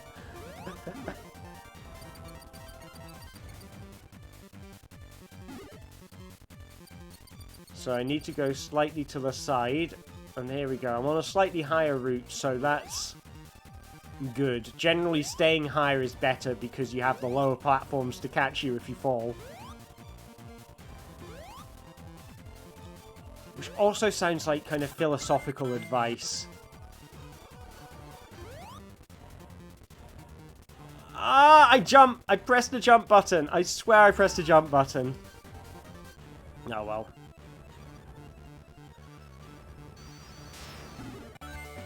Believe in self.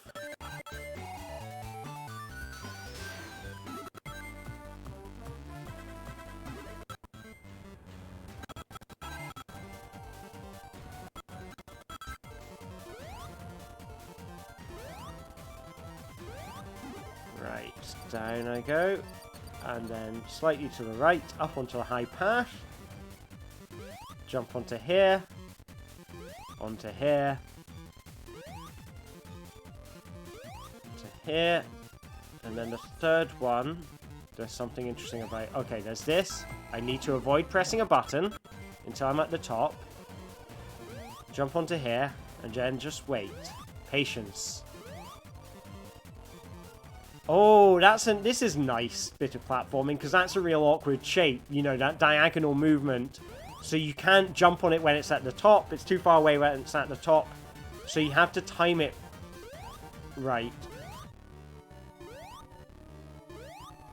That is a nice bit of platforming design. It's such a simple little challenge. But it's nice. Excellent. One more level down. Nearing the end here. Very near the end now.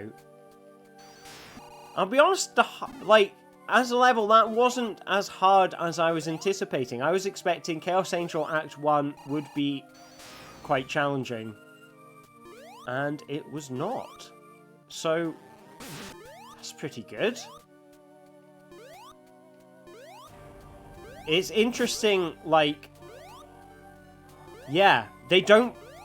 I think that would have been, weirdly...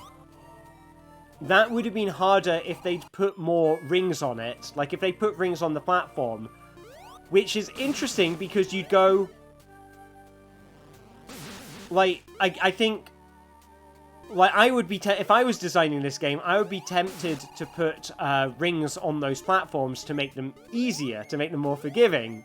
But they didn't put them on there, and that actually makes it... To make it easier, or to make it kind of more possible to...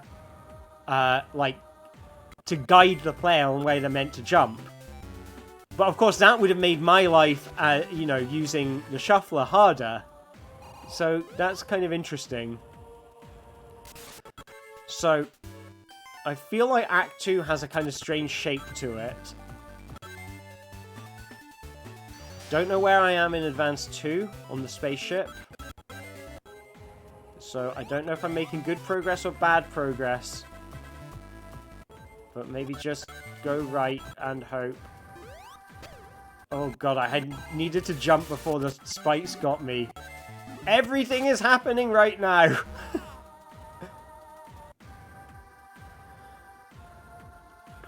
Oh well.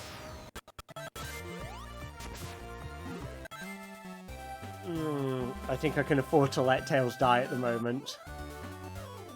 So rings are basically, they are your health. That's the main thing you do. If you have rings, then you can take a hit from an enemy. When you take a hit from an enemy, you will lose your rings and they'll fly out of you. But you can pick them up and get your protection back. But the fewer rings you have, the fewer will jump out of you. So, you will start to run out of rings jumping out to you until eventually...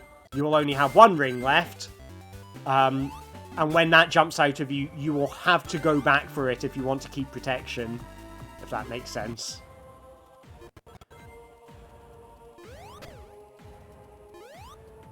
Which I always think is a bit, it's an interesting bit of design, because it makes,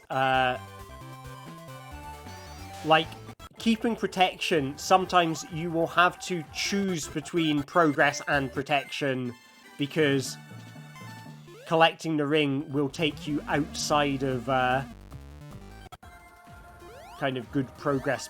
It will put you in danger or force you to lose progress. I'm glad I just got a checkpoint.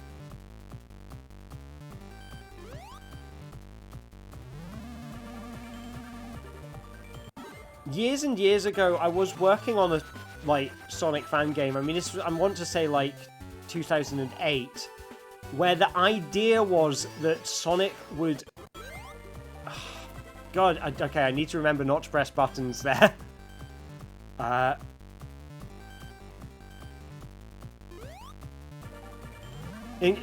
Yes. I think, from my... in terms of the shuffler, what I like about doing things when you get rings is because, the game wants you to pick up rings and will force you to pick up rings. So, making something negative happen when you pick up a ring sort of changes the layout of the levels, because now stuff that was meant to be easy becomes hard, and stuff that was meant to be kind of, you pick it up as a kind of no-brainer action now you want to avoid doing because it makes your life more difficult. And so the nature of the design of the levels changes, you know? What was easy becomes challenging, and like whether or not you are able to negotiate it is no longer the you know, the designer's decision. It's just kind of naturally occurring. Don't know why I picked up that ring. But I always think it's one of these things. I remember a few years ago, out at a game jam out in France, and we were making games using these electrostimulation things. So essentially, like, the hardware was good enough that it would, like, it could be used for force feedback, but we didn't have access to the, you know, that good of software, you know. So really, we were using it to give people electric shocks. And a lot of the games made in the jam were like, it would give you an electric shock as a punishment. Like, you know, a game like a kind of Lunar Lander, where if you bash the Lunar Lander into a bit of rock, you will get an electric shock. And it's like, I always, you know, my thinking on that was, that's not very interesting, because if you play this game well, you will not interact with the electric shocks. And the electric shocks are the most interesting thing about the game. So why would you want to stop people from interacting with the electric shocks? And the way we did it in the team I was on, the way we approached it was, we did a kind of, like, it was a kind of brain surgery game where you were supposed to be guiding a scalpel in your own brain. And it was kind of like a kind of steady hand tester kind of maze thing where you had to stay within the lines. And you had to, like, it was a laser, and you had to zap these tumors in this brain. But you would get nerves that would pop up inside the brains. And to get to the tumors, sometimes you would have to make the laser, like, cross over some of the nerves. And that would blast the, that would destroy a nerve, and you would get electric shocks out of it. You know, very scientifically accurate. So yeah, by which I mean not very scientifically accurate, but it was fun. But the idea was, like, when you got the electric shock, it would mean you were more likely to move the mouse over, you know, into the brain tissue and do damage to yourself, and that would cause internal bleeding. And that's how you lose, is you die through internal bleeding. It was very macabre. But the point of it was that you had to take electric shocks in order to play the game. And it wasn't about avoiding getting electric shocks, it was about being to, like, prepare yourself for the electric shocks and mitigate the involuntary movement that would happen when you did get electric shocks. So rather than being a game about avoiding getting electric shocks, it was a game about accepting that you will get electric shocks and trying to mitigate the damage that those shocks would do. So yeah. So yes, your muscles will automatically react physically. So that's why it was being used as a kind of force feedback mechanism. Because, like, yeah, when you get electricity running through your muscles will tighten, and it will feel like they are pushing against something, or something is pushing them. So it will feel like there is a solid object forcing your arm back. Or if you just let go, if you don't try to resist, it will just be your arm moving involuntarily. And that's what an electric shock does. Because that's what's stimulating your muscles in the first place, is electrical currents, you know, coming through to your nerves. It's really fun to play around with. Have I made a schoolboy error? Yep, I have made a schoolboy error and fallen into a pit. So, remember not to jump. I think I was doing quite well for a large chunk of this level by being fairly mindless about it. I guess I've been focusing on Advanced 3 in the Egyptian stage as my kind of main thing. It is fascinating. I have had other ideas of cool, fun stuff that would be fun to do with electrostimulation, but I did get myself an electrostimulation thing, like one of those things that's meant to like train your abs. And then I read the safety equipment information on the side and was like started to feel really not sure about messing around with it. I think I would be happier to mess around with electrostimulation if I was supervised. If there was someone else with me who could spot me, you know, if something went wrong, they could call an ambulance or whatever. But I think it would be very dangerous. Like, you do not want to put one node on one side of your heart and one side on the other. Like, you don't want one in your left hand, one in your right hand, because that will go right across your heart. And that could be very, very dangerous. And, like, I live on my own. I do most of my work on my own. I would not want to be on my own without someone to tell me, like, don't do that, that's incredibly unsafe. And if an accident happens, to be able to call an ambulance. So, I've not played around much with electrostimulation on my own. You can stand on the spikes, yeah. When you get hurt, you're invincible for a little period of time.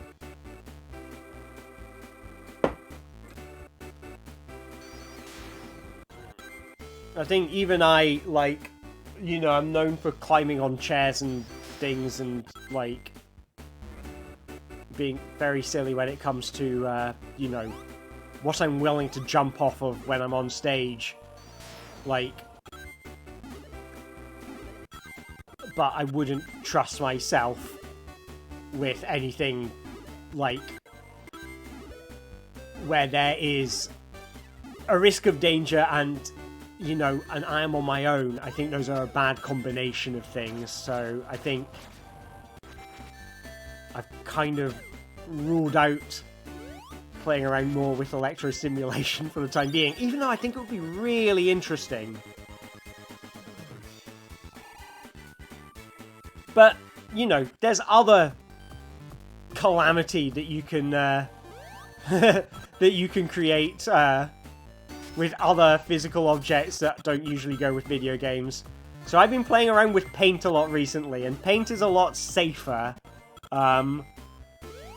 Keep it away from any fabrics that you are precious about. Other than that, children's poster paint is really fun to play with from a creative standpoint. And it's when you do make a mess, it is very easy to clean it up. So, I would say to anyone considering making games with electrostimulation, have you considered using children's poster paint? So that's about 2 minutes of progress I just lost there. And that wasn't even in a trap that was caused by the shuffler. That was a trap that was just naturally in there in the game. Like, that the designers intended to be difficult. So that's a rare occurrence. It's starting to look more and more likely that I will actually beat this, beat Sonic Advance 1 with Tails before I defeat any of the other games. I have to remember where I am and what I'm allowed to press.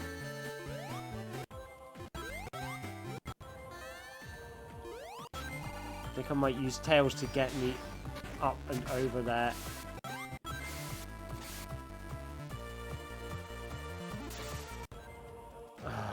No. Okay, so that's the dud level. Let's try it again.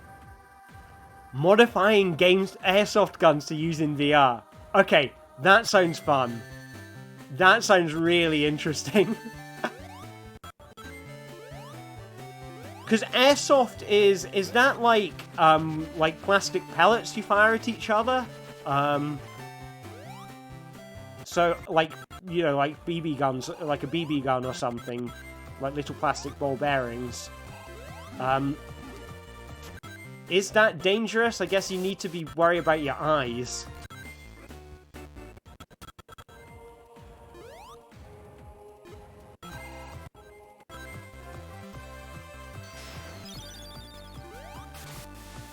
But yeah, I mean, physical objects are of all kinds are interesting. Put them in video games, everything will come good. Try not to touch anything. Oh no, that was fine. Is that the end? End of a level! Alright! So, is this Act 1 or Act 2? Act 1. So I've got another act to go.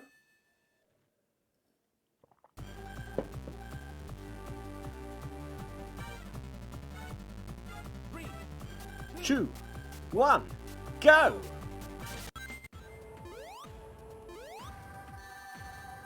A lot of sources of death on that bit, a lot of things to respond to very quickly.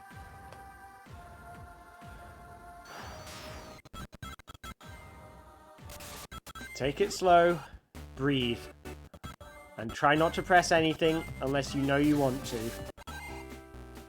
That's the rules, that's what I've got to learn to do.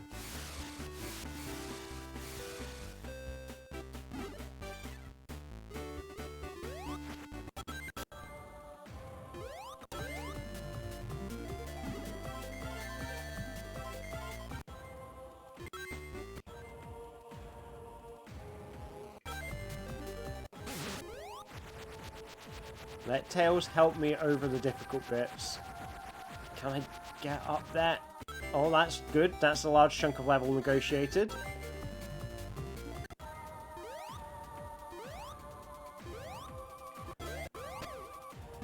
Having Tails is really useful. Ooh, they'll get stuck in your skin. Ooh, that sounds unpleasant.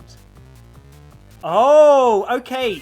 So if you take the guns out and you're just using them as things, and I guess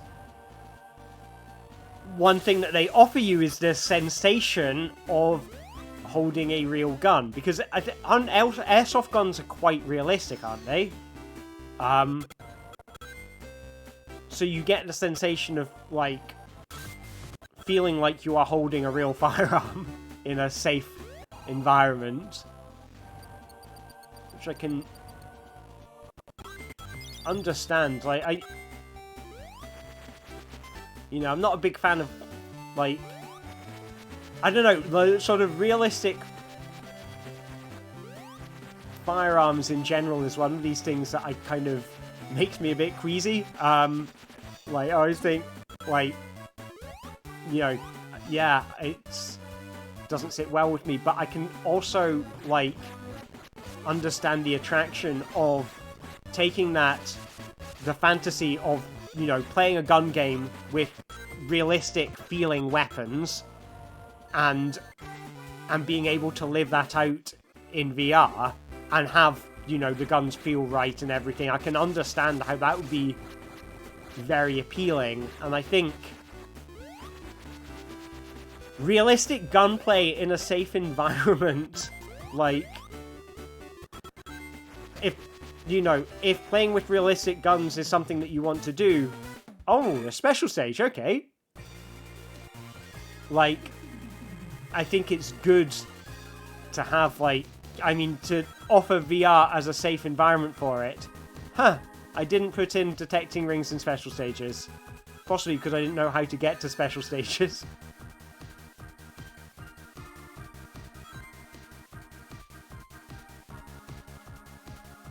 That is interesting, like, to hear about how you modify them. Like, do I need a lot of modification, or is it fairly straightforward? Like, I can imagine they must be quite fun to play around with.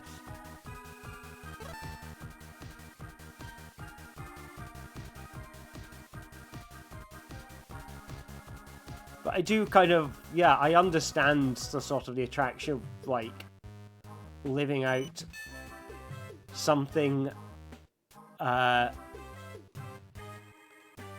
living out, like, a fantasy of, shooting guns, and And, you know, being able to live out that fantasy in a safe environment, I think, is kind of a good thing. Better to live it out in a safe environment than a dangerous environment, and I guess there is something different between shooting games in VR, where you can shoot avatars of people, you know, moving targets, and say, you know, a shooting range where the people, you know, the things you're shooting are going to be static objects. Like, I can understand the attraction of it. It kind of makes sense, and it must be really fun to, like, play around with them as hardware objects and figure out, okay, yeah, how do we put stuff in here? What do we put in here? What can we put in here? Where's the spaces? Where can we detect inputs? That must be fun to play around with.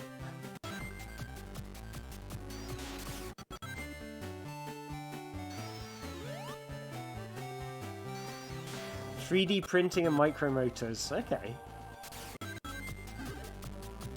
Yeah, that sounds really interesting. I've been thinking of getting a 3D printer myself. They are cheaper than I expected. I mean, they're not free, but a 3D printer would be under £1,000 assembled. One of the good ones, like one of the good consumer ones. So I'm like,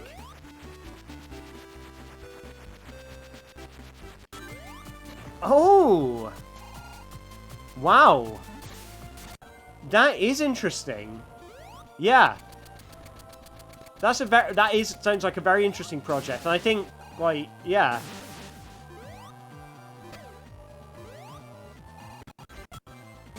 and especially as a kind of, you know, I think VR as training and stuff is a really interesting area. Like, that's like, I can't remember where I am in this game.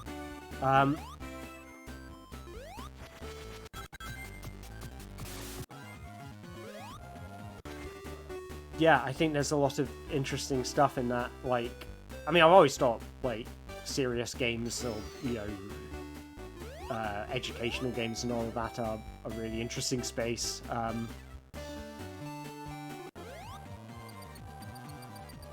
And, you know, as a designer, you're having to face up against different challenges. But yeah, that makes a lot of sense as a project.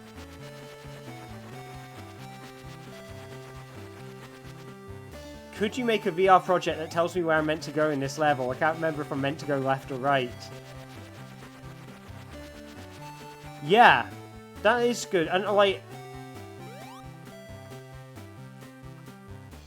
and I think that is one of the nice things that VR offers is, you know, for training, to be able to offer a kind of realistic facsimile of the real-life experience that you're trying to train someone for is incredibly useful.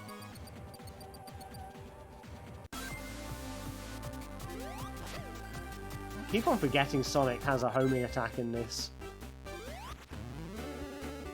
He does have slightly different moves in each game, which is a thing that you don't get. The Mega Drive games are all fairly similar.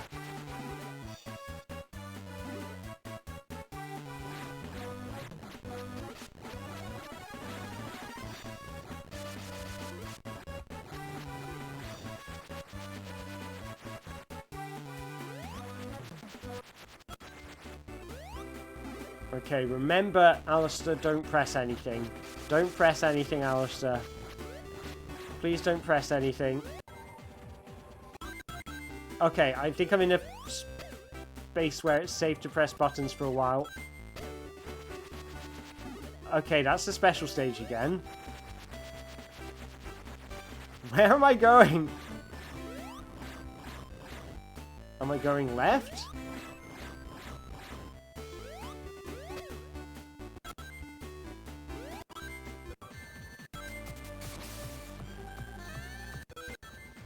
Don't know what I'm worried about. I don't know what I need to be fearing right now. But I feel like I'm near a trap in Advance 2 out in outer space.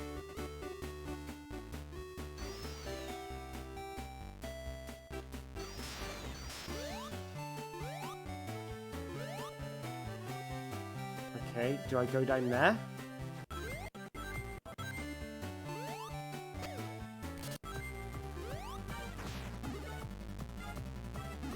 Yep, okay, this is good. Okay, don't press anything.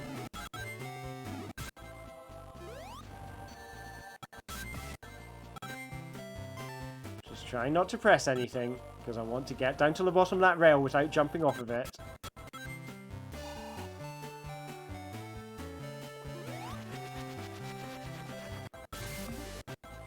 Yeah, I think, I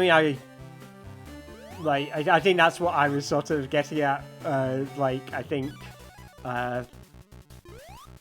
why it would make me feel a bit queasy, but also, like, I understand that, like, see, I don't like the idea of promoting, like, realistic guns, but I also get, you know, if it was for an entertainment purpose, I would be like, but I get that it's something that people like, and oh my god, the same Death Bliss again.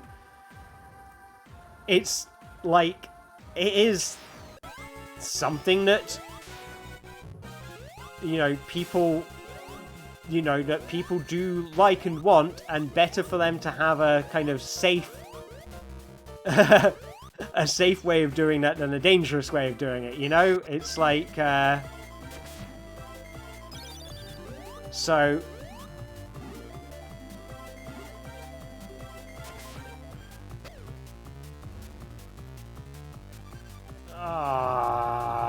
down the hole I go. Right. Believe in self, Alistair. Believe in self. Okay, so I want to try and beat Knuckles because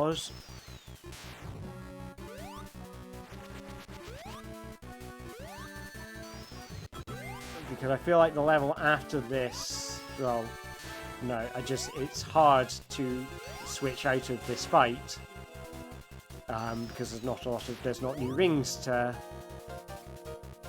thing. Yeah, I can understand that rationale.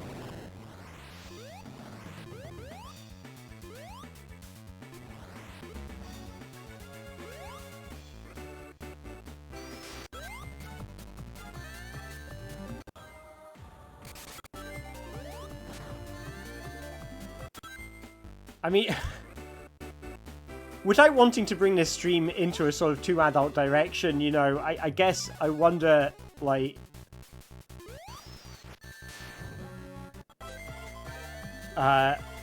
is it one of these things that you can kind of treat like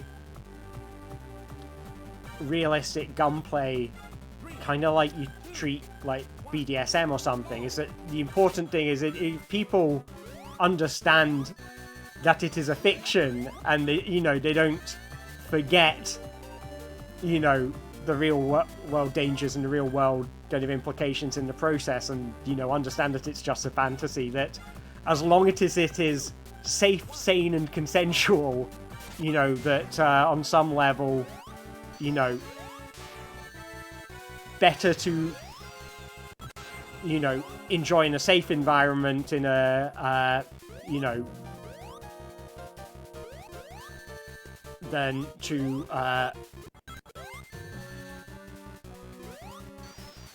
to hold it in, and I don't know. Possibly a serious, quite a serious topic, but I'm generally like a bit queasy about like realistic gunplay in video games, as, you know, promoting guns as a cool, exciting thing, which I don't think is a particularly healthy thing to have in the world, is that attitude around guns. But, alright, let's try and beat Knuckles. I feel like this was slightly easier with Sonic, and I wonder if it was because he had the air shield.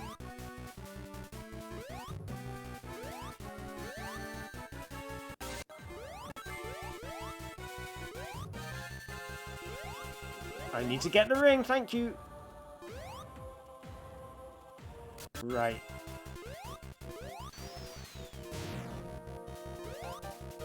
Okay, so this is part 1 done with... Oh, I got the ring back. I got a hit in and got my ring back. I'm happy with how I'm doing on this boss.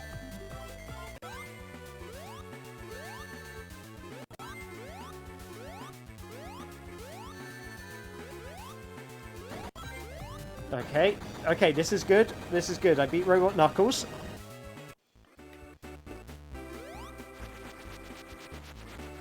There's the prison egg.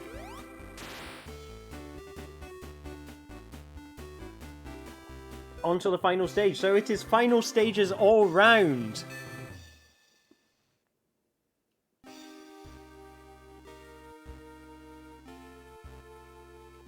Yeah, I think I agree with what you're saying there. Yep, I think that is I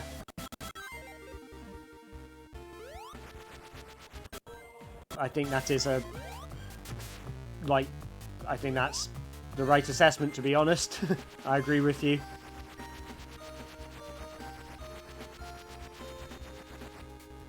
But yeah, having safe gun replicas widely available would actively be more harmful.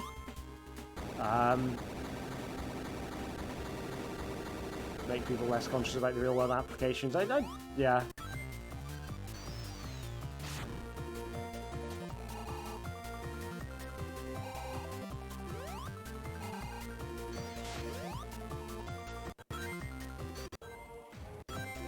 I feel like it's maybe a thing that's come with, like, adulthood, but I feel like my opinion on things like video game violence and video game gunplay has sort of changed over the years. I feel like these days I kind of...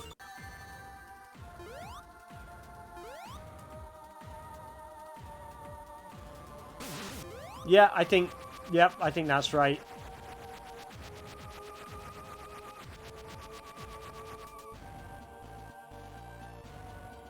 But I think one of these things that I've kind of sort of started to feel over the years is, like, it's not just about, you know, what does this encourage, but, like, is this in good taste? You know?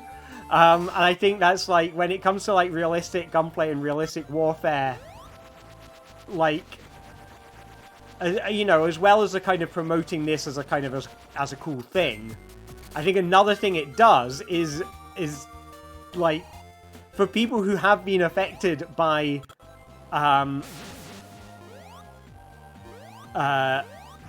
real-world warplay and real-world gun violence, it's a bit of a kind of fuck you to them, because it's like, oh, that thing which has been hugely devastating in your life, to me it's an incredibly fun toy. And I think for video games, like, that's why you know, I'm kind of more of the opinion, like, if you can make it cartoony, make it cartoony, because, you know, then it's clear is what you are engaging in is a game of, you know, a game of accuracy, rather than engaging in a kind of a fantasy of living out something that for another person has been quite traumatic. But then, you know, I was going back to... Oh, I did not fall down the bottomless pit. I wish I could talk more coherently on the subject, but I think the pressures of concentrating on the game are making it hard to string together a consistent set of thoughts on the subject.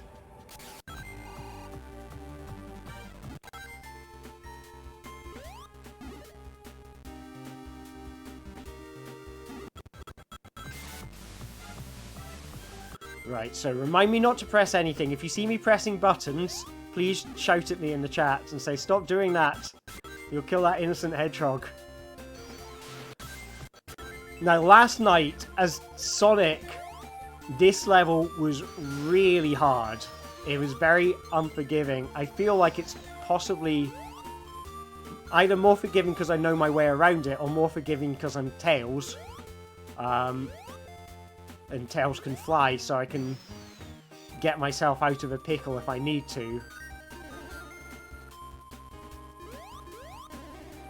Because this section, like, took like a million attempts last night. I was dying left, right, and center. And I jumped. Did you see what I did there? I jumped.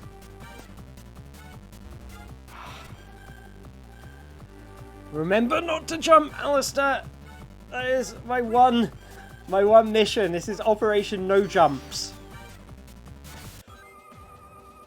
I'm gonna have to concentrate very hard on this. And I feel like in Advanced 3, in the Egyptian level, I am close to that bit which was difficult. An exhibition of autobiographical games. Wow. Okay, that sounds really interesting. And I also think that's a really good subject matter. Like, I really like the sound of that. That sounds like fascinating, and also like, you know, important. You know, important work to be showing. So that sounds really cool. That sounds really interesting. I hope the planning of the exhibition all goes well. That sounds like a great thing to have happening in the world. So, yeah.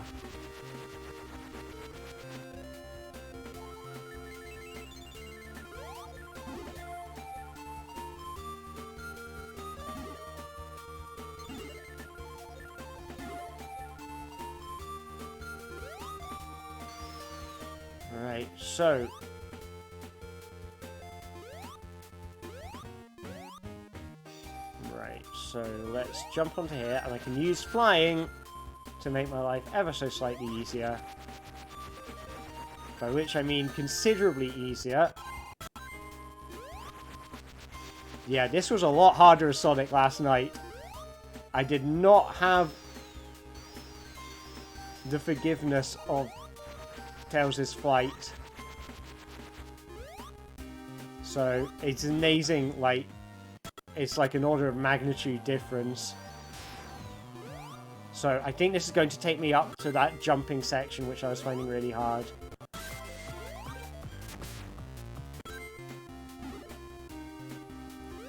I wonder if a big thing is putting yourself into situations where you don't have to jump.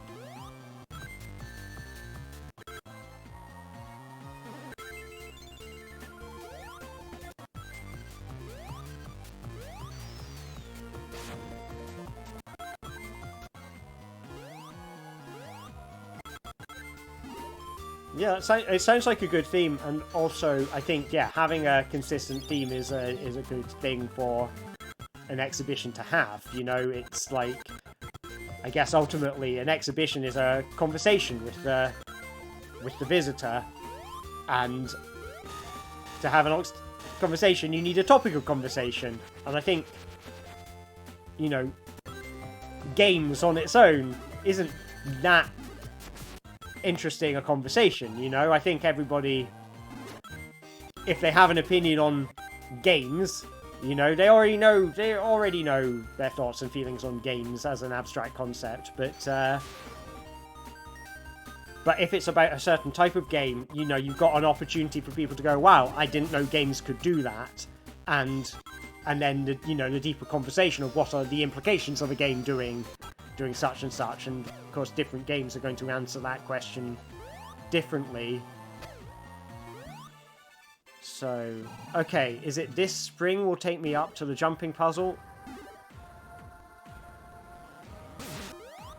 Which I got out of immediately. Please have a checkpoint nearby. Please. Please, Sonic, give me checkpoints. I need checkpoints. Okay, and remember, this is where it's going to... I'm on a grind rail, so do not touch. Do not touch buttons. Do not touch buttons, Alistair.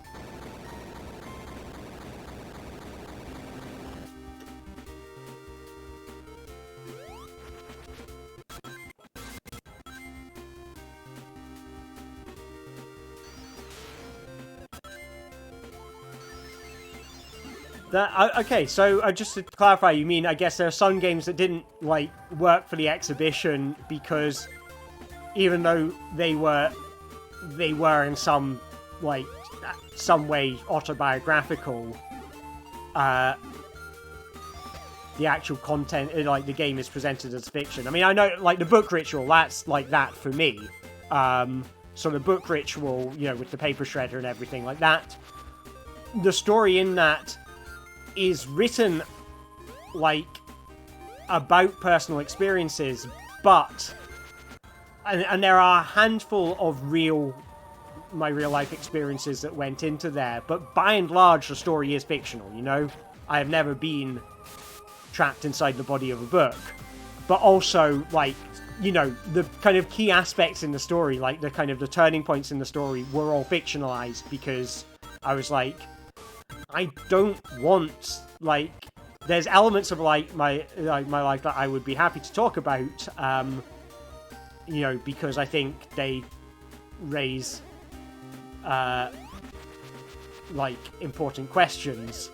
But in terms of the stuff that actually drives the plot, like, that's all fictional because it's not about the story, it's about the feelings that are important. And I didn't want to talk about, you know, the actual, you know, like, the actual, like, real events that, you know, that I wanted, you know, I wanted to explore the feelings, but I didn't want to explore the real events in the game because it was too, you know, it was too sensitive for me. It was like, no, I'm revealing far too much of myself. I'm not comfortable with that.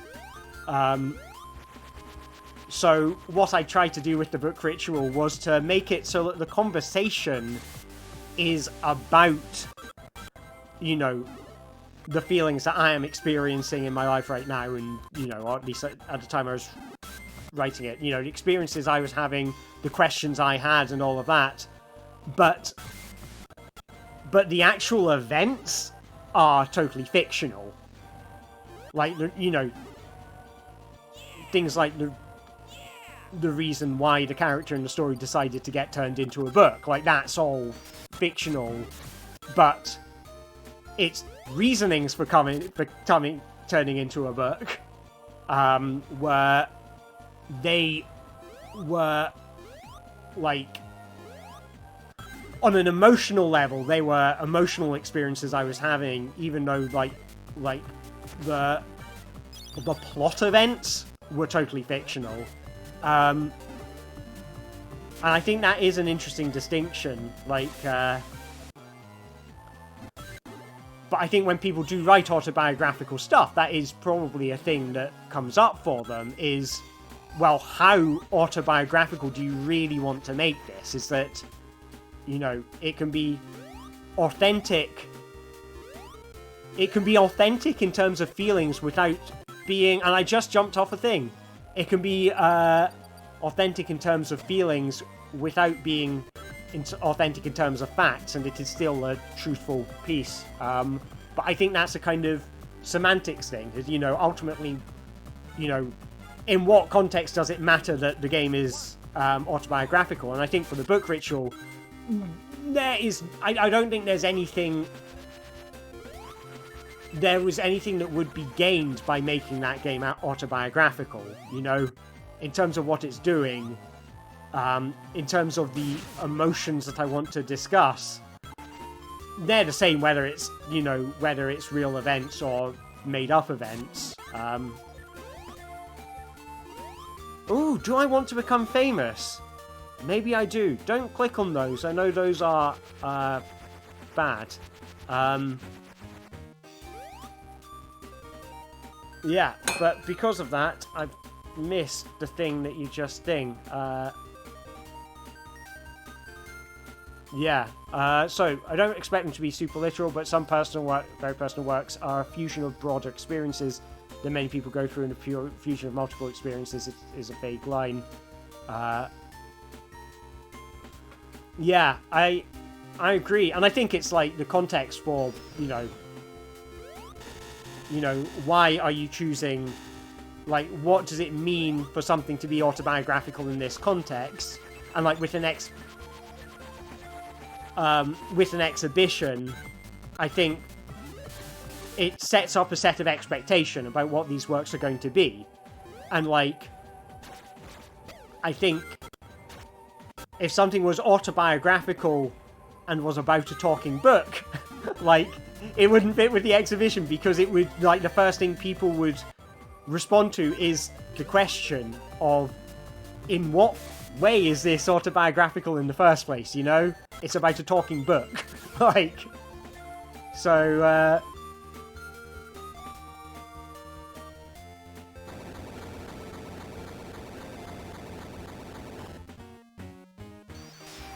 yeah, I think Book Ritual has been an interesting kind of, in terms of the way people respond to it, is that people are kind of surprised that it has a kind of deep emotional level to it. Which I find kind of, because to me it wasn't something I kind of thought that would take people unexpected, but I think people do see it, particularly it's got quite a sort of silly face, the character's got, it's kind of big goofy smile and everything. And it's kind of radical, or like, oh, look at that thing, that's the thing where all the books are getting shredded, how weird and out there. But realistically, I wouldn't want to be shredding books without it being meaningful. Like, if it was just a toy, I feel like I don't think it is important to preserve the sanctity of books as objects. I think it's fine to tear up a book. But I don't like the idea of tearing a book without respecting the object. It's like,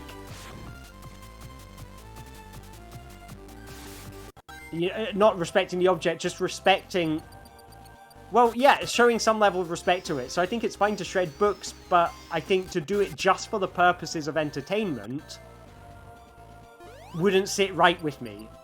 I'll be honest, it's more from an environmental level than anything else. It's a lot of waste just for entertainment, whereas if there's an emotional resonance to it, then, then it's constructing towards something,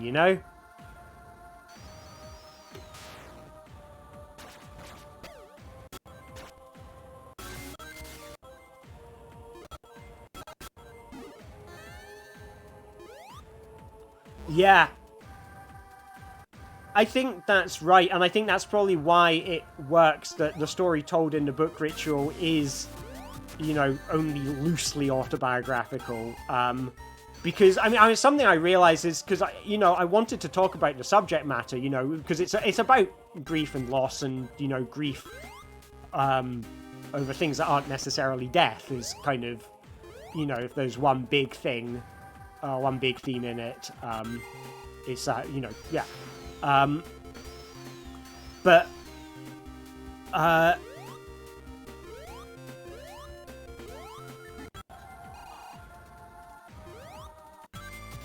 But, like, for me, it was something that I needed to process these thoughts and feelings, and the game was a way I could do that. It was a way I could give my thoughts and feelings a voice. But in doing so, I realized that I didn't feel comfortable, like, having the floor. I didn't feel comfortable making my thoughts and feelings the center of attention. It only felt right if I was asking, the reader, the player, to share their own experiences, and meeting them halfway and asking them the question, have you felt similar, and what was that like? And, you know, which I guess is the, you know, the bulk of what the interaction in the book ritual is. And remind me not to jump. I nearly jumped in a bad place there.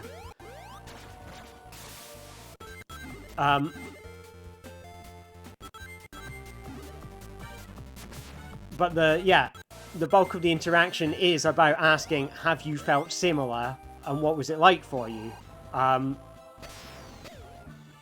But without that, I couldn't have, you know, made the game about the things I wanted it to explore, and be satisfied with it. It didn't feel right to, you know, make my personal thoughts and feelings the center of attention, you know?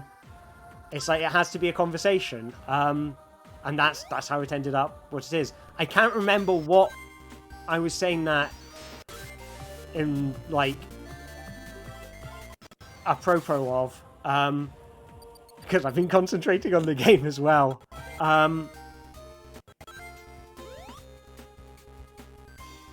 I think, like, ultimately, yeah, it made sense to take me out of it on a certain level because it needs to reach out to the player. It needs to put the player's, you know, thoughts and feelings centered, because that's kind of what it's doing. And that's sort of, I think, I guess I felt more comfortable, like, helping other people who have similar, like, thoughts and worries and sadnesses. I felt more comfortable and felt like I got more out of doing that than just, you know, giving a voice to my own thoughts and feelings and sadnesses and worries. Okay, well, thank you very much. Yeah, well, if you are interested in having it, do just, like, let me know. And, like, if I can, you know, yeah, I mean, if you're, happy to have people traveling, like, you know, I guess I'd be up for going to Belgium. That would be nice. But if not, I'm perfectly capable of, sending, I can send Shredwood to you through the post. So, and I've got 2 Shredwoods, and I've got 3 mini Shredwoods, so I do have plenty of equipment that I could send you, and it should be fairly straightforward to set up. So, those options are available to you. So yeah, do get in touch. It would be awesome to hear from you, and it's nice to get that game. You know, it's a game that means a lot to me personally, so it's nice to get that game out there into the world so people can interact with it. And it'll be really nice to get it out into the world again, you know? I've missed having stuff in exhibitions, you know? I've missed... Yeah, I think games exhibitions are such a special thing, because you can, you know, share experiences and show off experiences that people wouldn't see otherwise, and that's something that we've just not had for the last 2 years.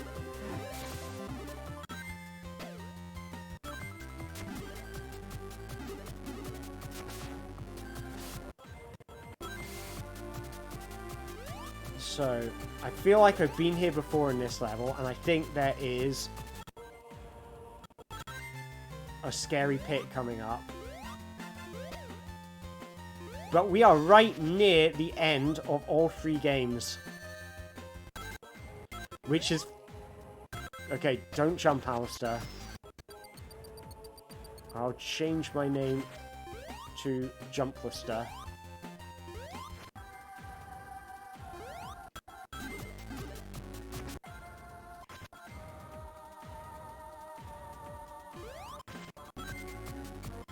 I am having to concentrate really hard now.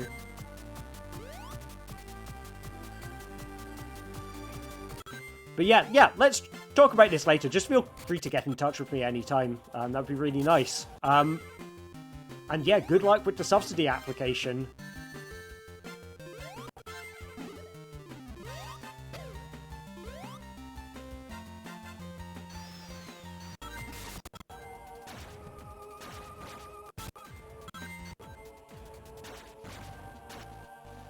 Busy times, ain't that the truth? After this, I've got to do my accounts.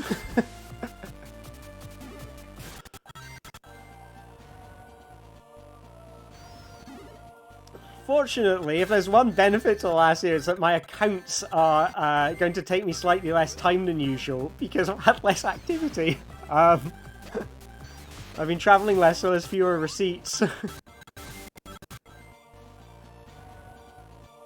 Guess every cloud has a silver lining, eh?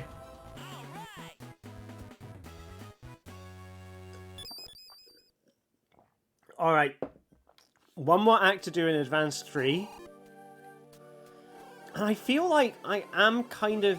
It's really Advanced 2 that has been the nasty one in this run. Advanced 3 has had some nasty bits. Advanced 1, playing as Sonic, had some nasty bits. Like, there were some tricky platforming sections. Do not let me press buttons. Look, I'm holding my hand up to the screen, so... It's only pressing buttons when it's absolutely necessary. Because I do not want to press buttons, because I will send myself flying into the thing again. So, I'm putting it behind my head.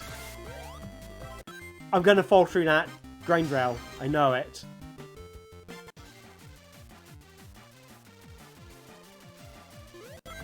Okay, no, that was safe. Huh. Then it's the next one. But I wonder if I can use that pit. Okay, I can use this to get to a higher level, maybe?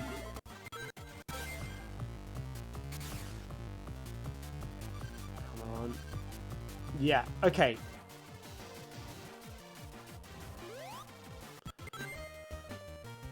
I'm going to look at this. I am going to look at that comment, but I am having to look really hard at the game right now.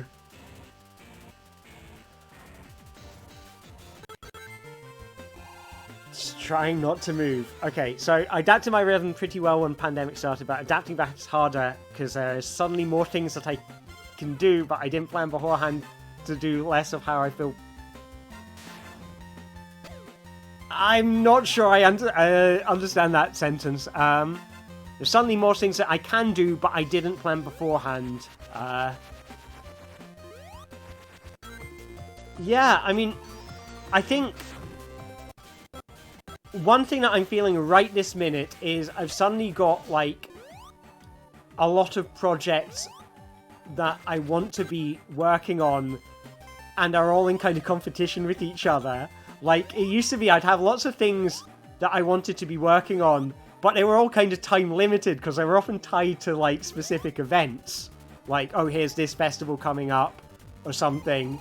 And, that's gone, but now I have just as many projects, and I guess that just comes from the same place of having lots of ideas I'm enthusiastic about.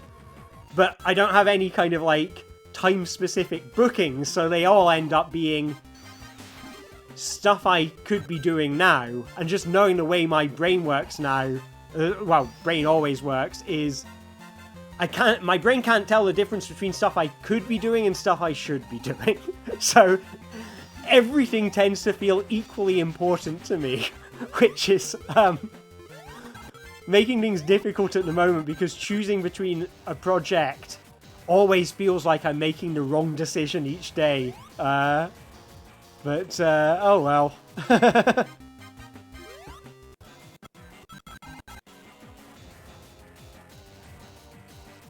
But honestly, I am so looking forward to not falling down pits. That's the one thing I'm looking forward to. But I am looking forward to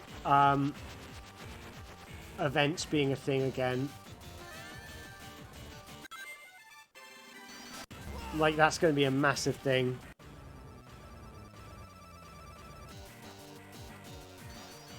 Okay, right, so you've got lots of client projects going on, and you want to be doing events, but you've kind of filled your schedule up with, like, client projects that filled the pandemic times and now don't have times for as much time for the events and things. I think I understand what you mean.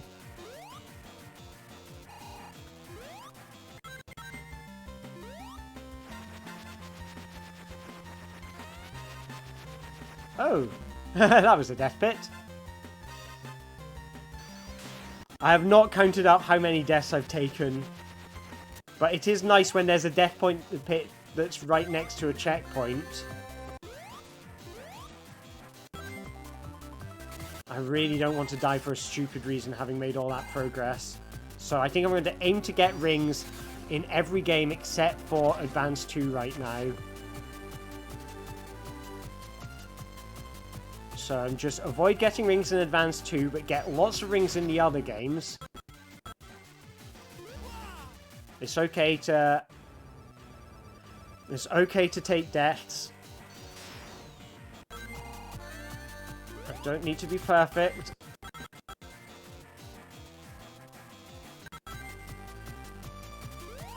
Okay, is that... No, okay, so this is the way to go. Alright, don't press anything, and then I need to respond at some point. No. Oh, that's the end of a level! I gotta say... Sonic Advance 2 has been stressful. Now, I think after... Oh no, okay, so we've got this boss, and then there's one more boss to end the game. And I think in that one, there is a checkpoint between each section. So, I think we are on the home straight in Advance 2. So now I'm going to try... I'm focusing on Advance 3. I want to avoid getting rings in it if I can.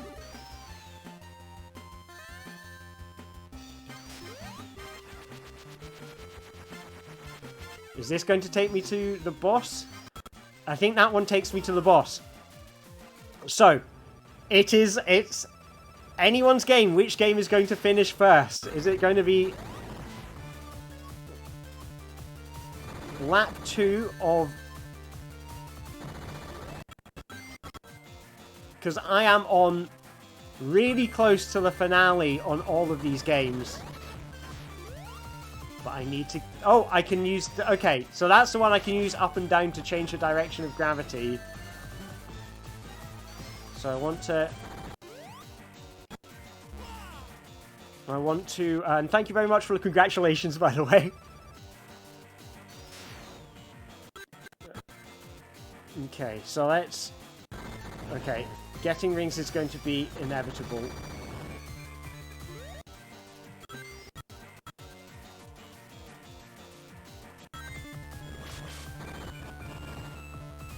Okay, I can use that hover jump to fly over things.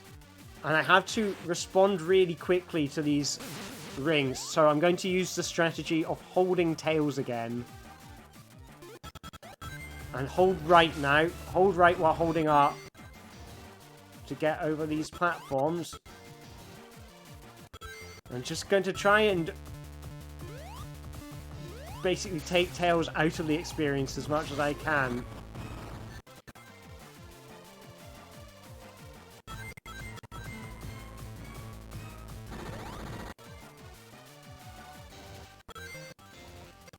Ugh. Getting there, getting there.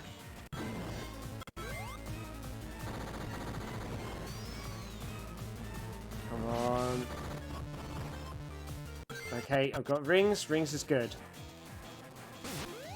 Let's hold tails. And having to think about up and down here is... makes you think. Okay, so you want to be on the side with the rings, because the rings tell you where safety is about to appear.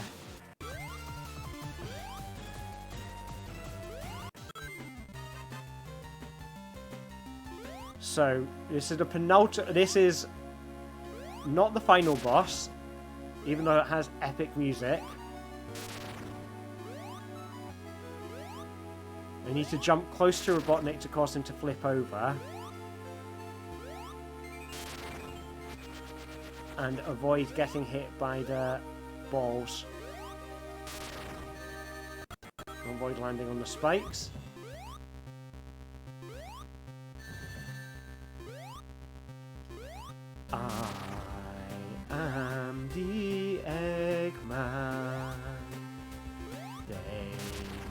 RDX.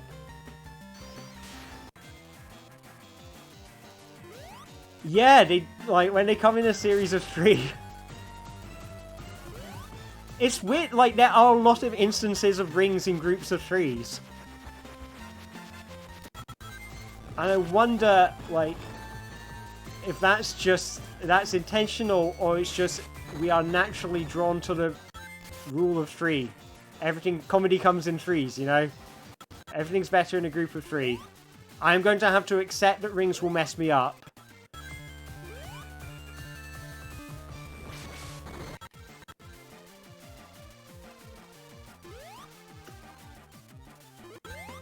Okay, I'm releasing... No, I wanted to release Tails to get him to carry me over those spike pits. But that was not sufficient.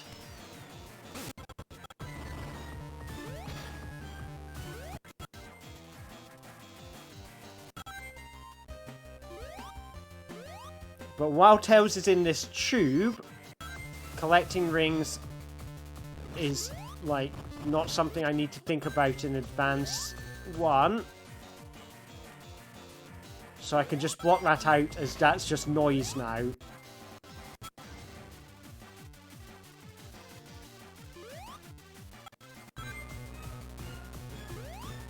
Okay, the music change means I've got 4 hits left.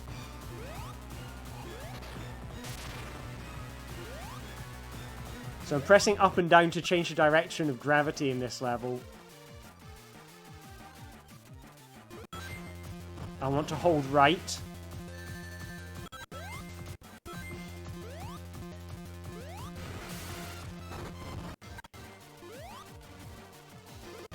Keep on holding right.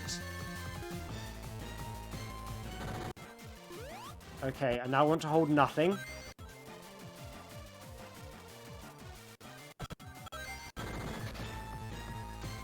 And...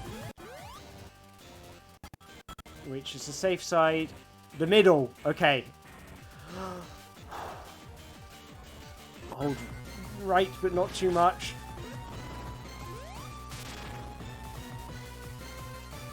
Okay. Need to get rings.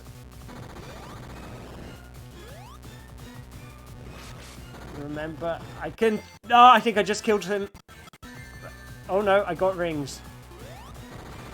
I need to... Oh, I feel very lucky there I had no rings. I am still holding down the R button to hold down Tails and Sonic Advance 3. I'll be honest, this is, like...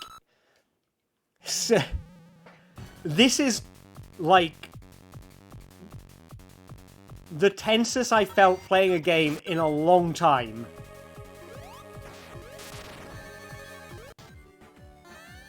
Ah, so close.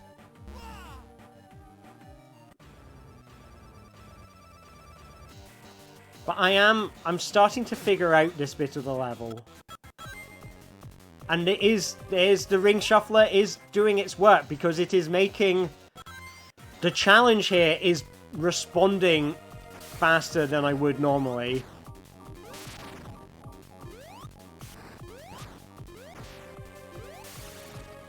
Okay, one down. I'll be honest, the hardest bit is talking. Like, in some ways, I can kind of play the game... Large chunks of the game you can kind of play while sort of zoned out of them. You don't need to be concentrating. Like, there's bits you need to concentrate on, but it's more about keeping aware of what you need to respond to in short order. It's not the same as needing your full concentration. It's almost like talking and playing use different parts of the engine. And I think the hardest bit, I think it's, in a way, talking coherently for a long period of time would be just as hard without the games. Which I'm sure is something that most streamers find their way to, mitigate. Mitigate's a word I use a lot. I feel like I've used mitigate like a lot when talking about the games, you know, mitigating collecting rings, but also like talking about, like, I'm sure I used the word mitigate when talking about the book ritual, like mitigating people's, you know, negative responses to trading books or something like that.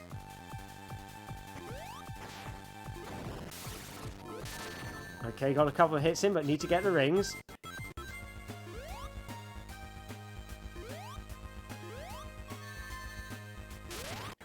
Oh, I think that did it. Oh, you started Impro! Oh, awesome! Impro is awesome. It's like the best thing. I love it. That's awesome. How have they been going?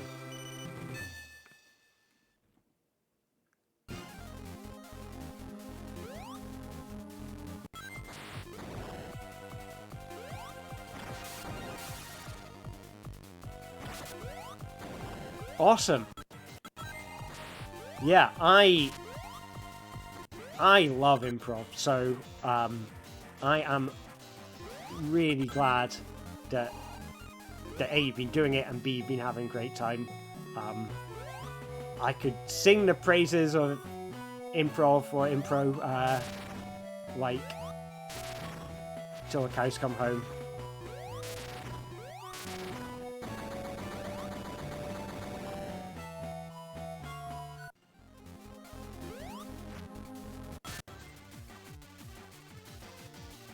Is that live in person, or is that a distance thing? Because I know, like, I know there have been improv. I mean, certainly, like the groups I know in Bristol have been running online ones. But yeah, oh, it must be so good to be able to do that in person. I have an in-person. I've got a weekend clown course coming up in 2 weeks, and I am so looking forward to it. 2 weeks or 3 weeks. Very soon. It's the 16th and 17th, so 2 weeks' time. In 2 weeks' time, I will be doing a weekend clown course. And, oh, it's going to be so good. I have not done in-person clown in so long, and I love it. Yeah. I mean, I think they kind of, you know, clown and improv, they draw on, I mean, they are both improvised. But I think they draw on very kind of similar kind of,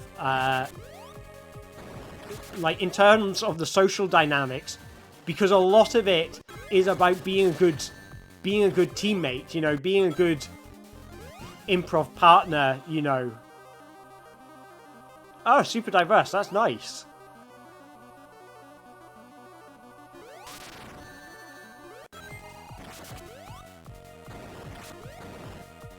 Yeah, that's really good.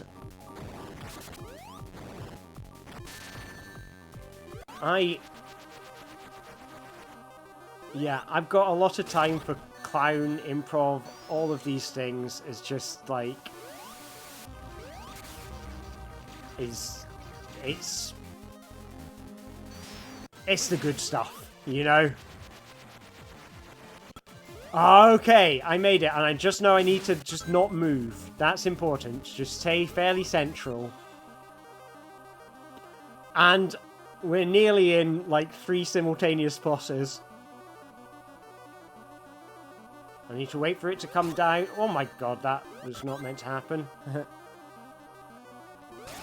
He usually shoots it low, but when he shoots it high, it gets you. And then you have to pick up a ring, and then you have to think about your life choices, because you'll switch into another game.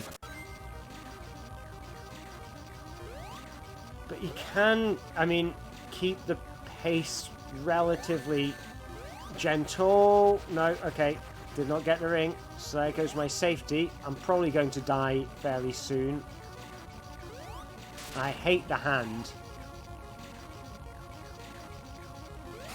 Okay, that's fine, that's fine. This is not a worry.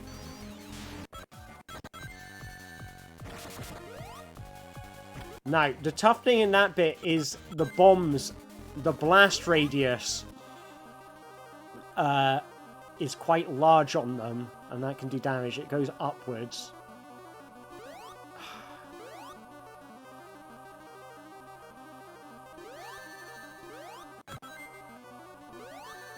Come on, Alistair. And then when you switch into the game, you have to, like... whatever you were doing will no longer be relevant. So, just stay central. Okay. And this bit, I'm going to get Tails to fly me over.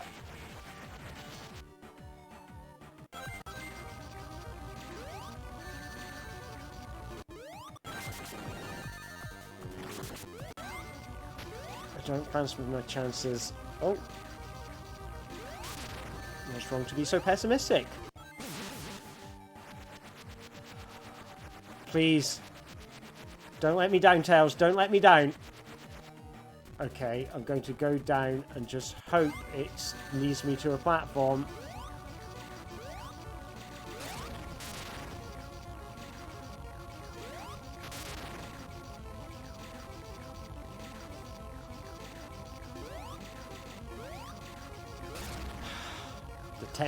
The tension's getting to me.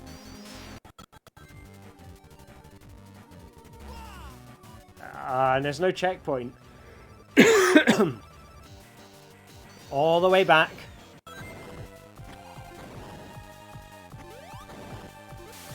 Okay, so I'm past this boss.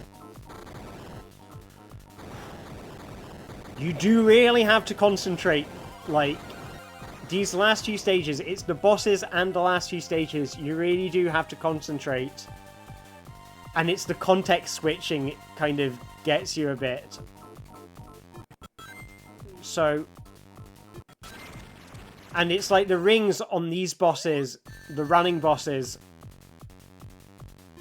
the rings force you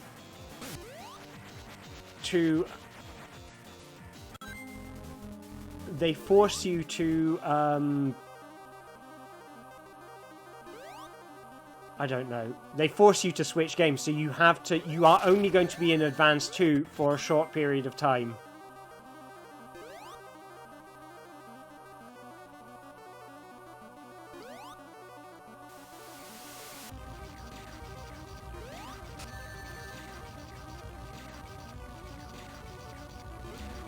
Okay. After I just focus on... because I don't need to beat that game, so... let's just use it as a kind of a space where rings exist.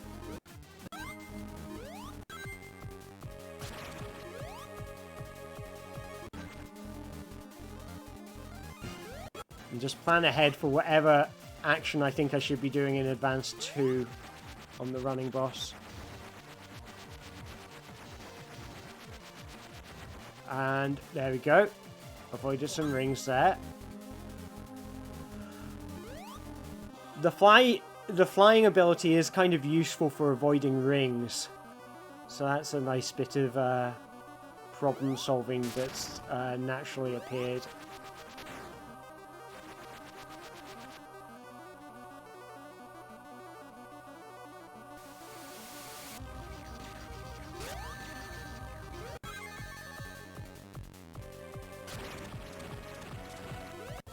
Got to wait to get the rings. I think I need to just go directly up there, so stay in the middle.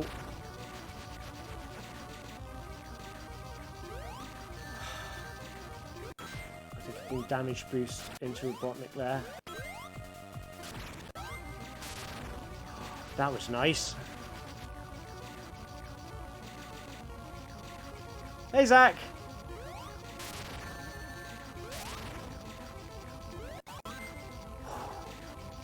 This has been extremely tense. But I am right near the end of the bosses.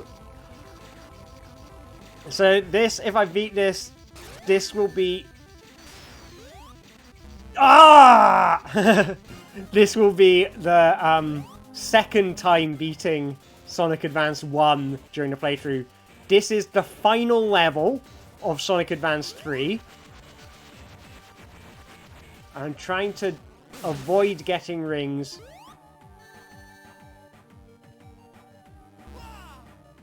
You can probably... I can feel the tension in my body. It's like... But yeah, we are 3 hours into today's session, so this has been, I'd say,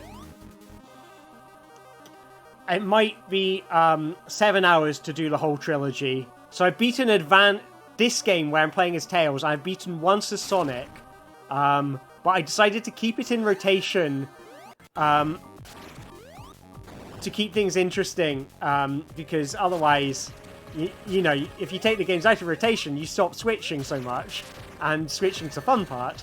So I was like, okay, I'm going to keep that game in the rotation, but what I'm going to do is I am going to play as Tails for a change, and also because it makes it obvious you can tell the difference between the game I've beaten. If I've beaten it, I'm playing as Tails. If I've not beaten it yet, I'm playing as Sonic.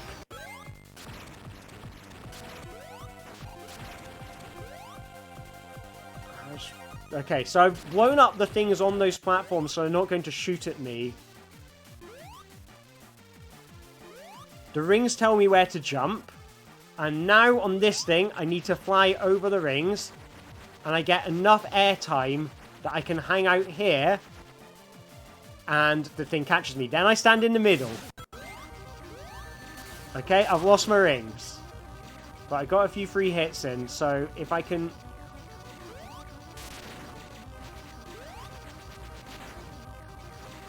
As long as I can... I could beat him. I don't fancy my chances without any rings to protect me.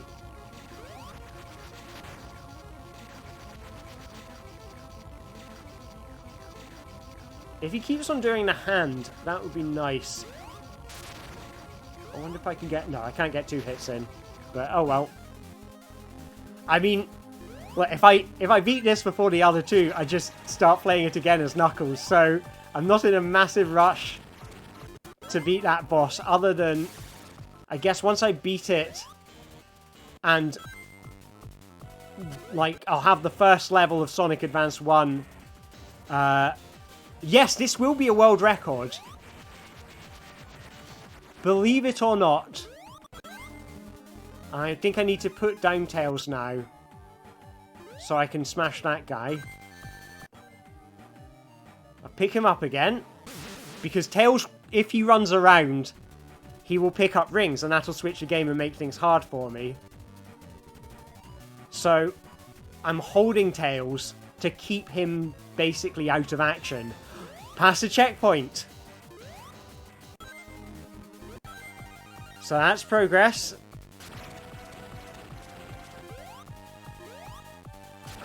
I need to jump above, on top of these platforms. If you jump on the right ones, you can... If you jump in the middle, you can jump through the spikes, but if you jump from the side, you get hit by the spikes.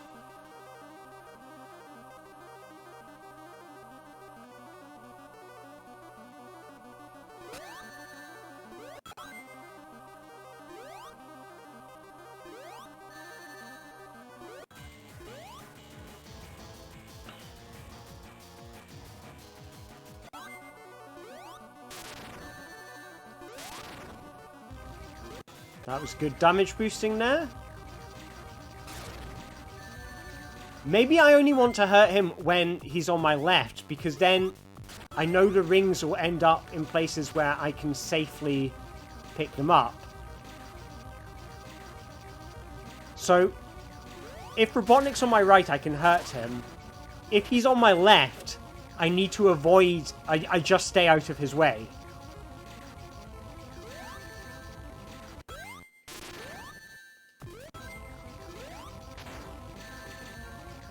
I hate that move because I'll drop the ring. Okay, well. But that, I feel like that's the strategy. Once I've got... If I've got rings, don't interact with Robotnik on the left side.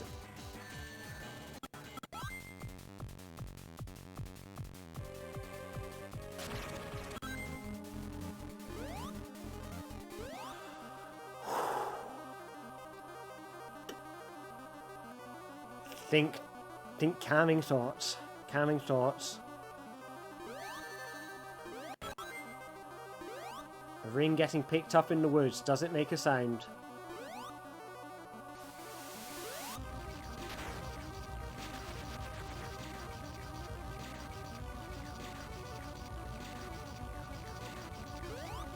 I'm just going to avoid letting Robotnik hit me when I'm on this side of the screen. See if I can... Okay, I got a hit in there.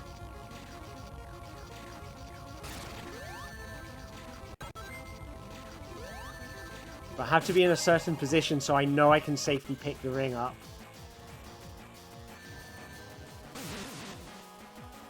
Please, please, rings, thank you. I do not want to get hit by those boulders after all that work. I guess there is a checkpoint fairly nearby. I'm holding down the right trigger in like all the time now because I just... What it does in Sonic Advance 3 where I've got Sonic and Tails.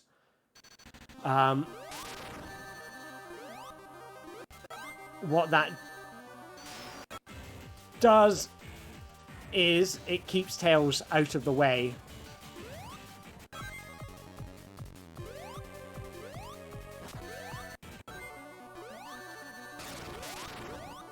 Okay, so now I just want to stay out the way.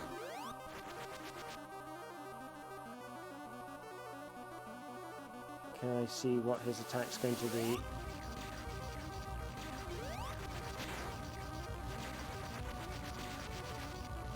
Just take it slow. Take it slow. Oh. I've got an unlimited number of lives, yeah. I've got infinite lives. That was fortunate.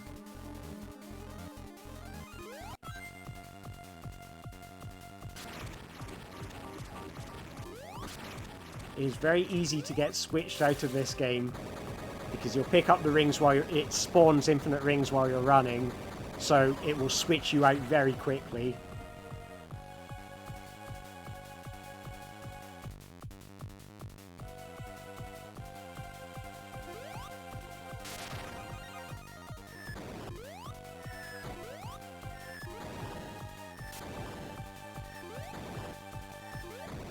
I'm very quiet as I'm concentrating now.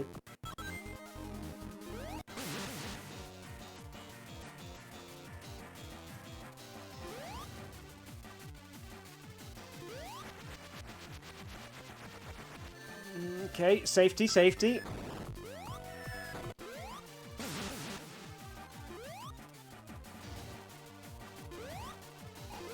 I have to say, everyone here who is watching right now, you have come in time for the most exciting bit, because this has been super tense. Final boss. So it could be Sonic Advance 3 will finish before Sonic Advance 2. It's different to what I expected.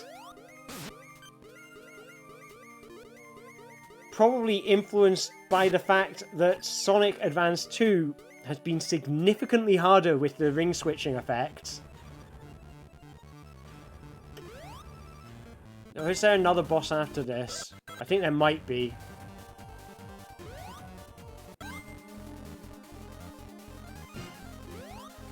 But yeah, we are on final boss.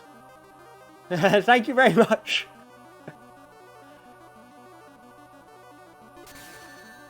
Right, I can take a hit from that, pick up a ring.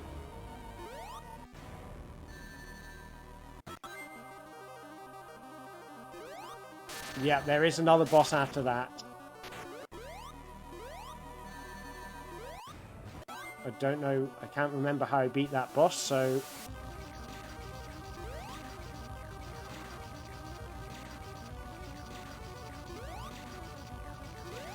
No. Okay, that was me hoping. Oh, do I have to hit Gemmo? Yeah. Gemmo's the robot at the bottom. And then at some point, Robotnik's going to flip over to the other side. So I need to hit that little robot head.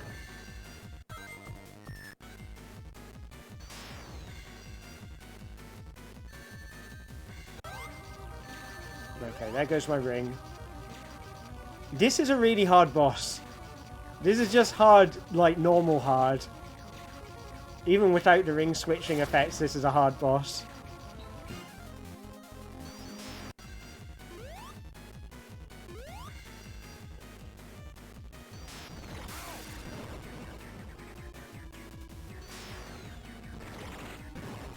Okay, and I think you want to stay away from Robotnik if you can, because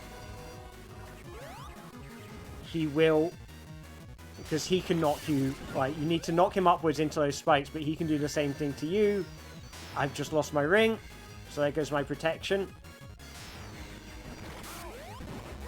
And there you go, he just... Yeah, when he landed, he just sent me flying straight into the...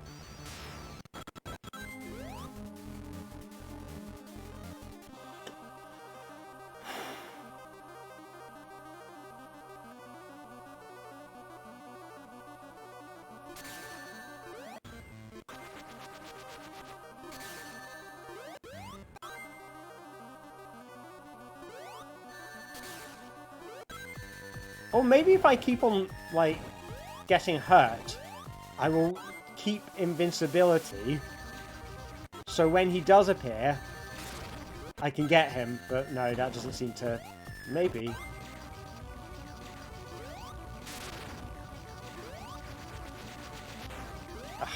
Okay.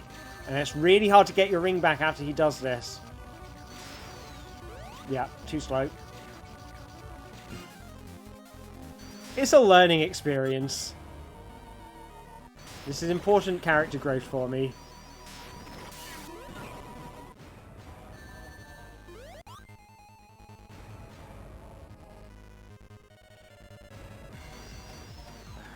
I knew to flip over.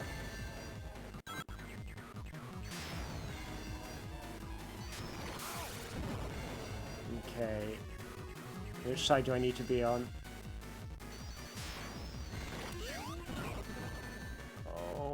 Okay, I got the ring. Where is he? Because if you get too close, he will do that. He'll launch you up into the spikes.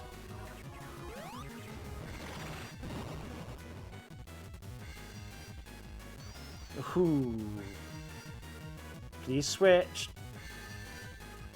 I wanted Robotnik to sort of switch over to turn upside down, but he did not.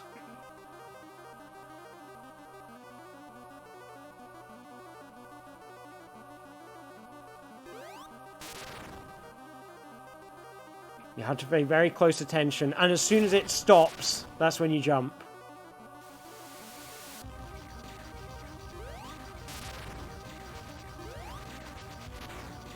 That's 3 hits.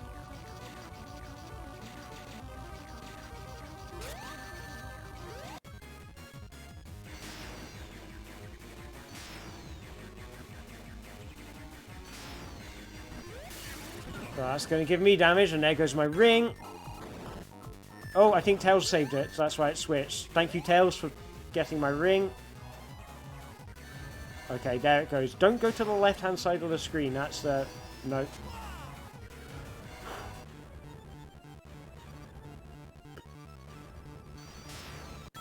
I mean, these are just hard bosses.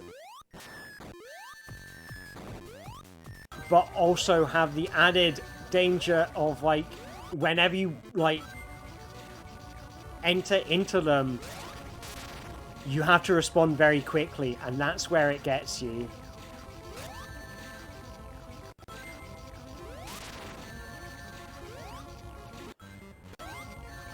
See, if you get hurt on the left-hand side, it's like, it's instant death.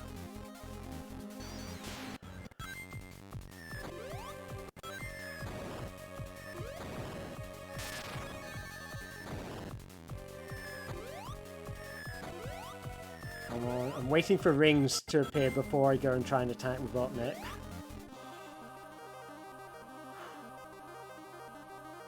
So focus very hard on the spinning thing, and when it stops, that's when you jump.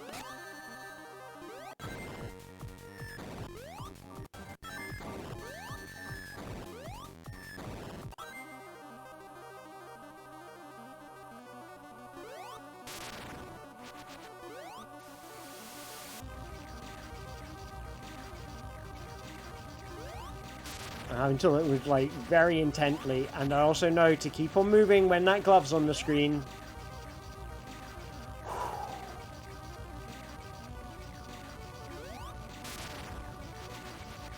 Okay, the hand is fine. I don't feel too threatened when that appears.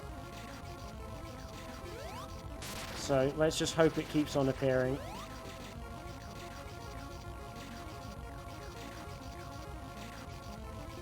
Because you get a lot of time to hit it. Every time you lose a ring, you have to think about... like, now you're leaving the game. You have to... Getting hit means accepting that you are leaving the game.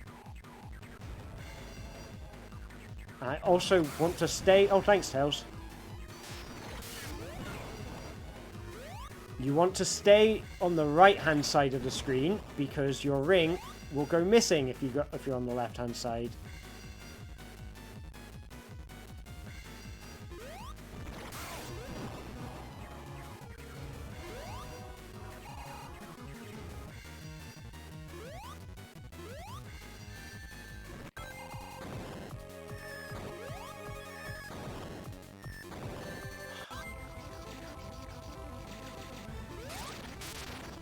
Focus.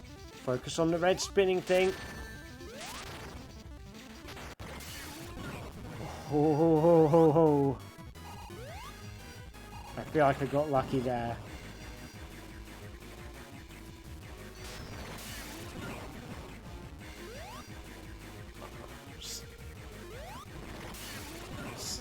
Stay on the right-hand side if I can.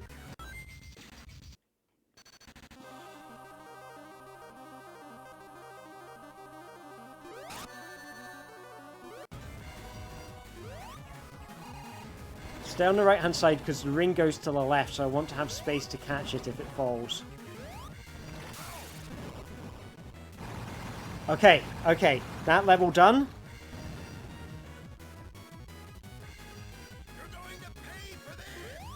As it is an added level of tension that comes from if you make a mistake, if you get hurt, then you will be switched out.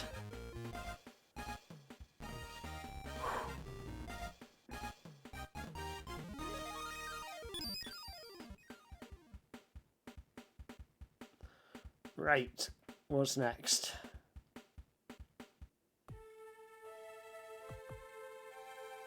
Water Emerald. So that is the final boss.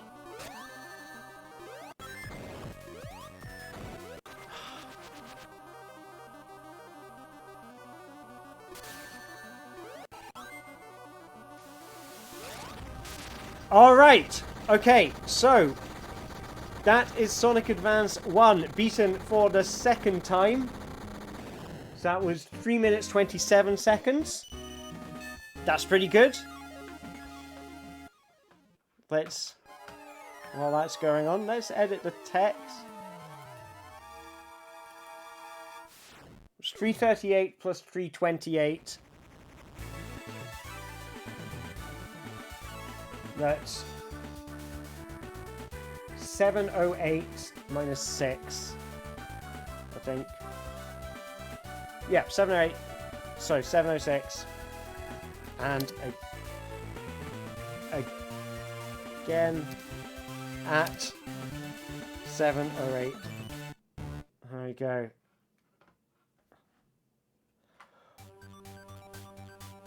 Right. There we go. So, in the title, I've beaten one game twice. Before... Oh, beaten one game twice before even beating the other two. I am so close with the other two. I am going to take a quick break, but I'm going to keep this all running. Going to take a quick break while the credits roll. Oh, no, no. Okay. I think I will need to pause. So, let's... If I reset this...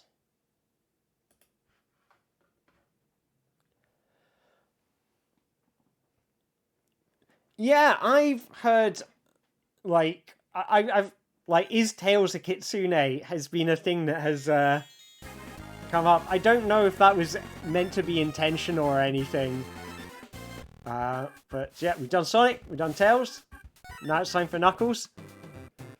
I am going to keep him waiting here a little bit while I go to use the facilities, but I will be straight back. Yokai alert!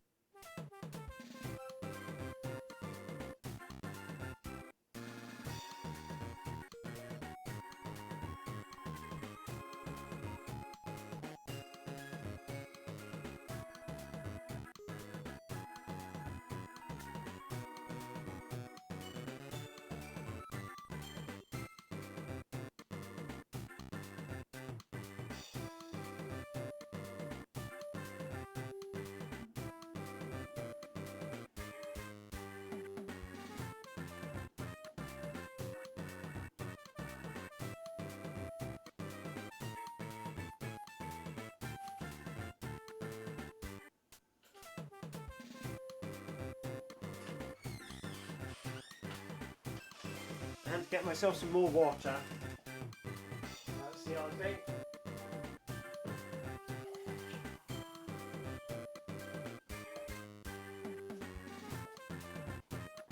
Okay, I am back in the room. Thank you for waiting, and thank you very much. Thank you very much for the wishes of good rest of stream. Much appreciated, and thank you for coming along. Now, we've got ourselves some Knuckles, waiting patiently to begin. He's going to pick up some rings, and now we are back in the room. So, okay, so that's another boss down.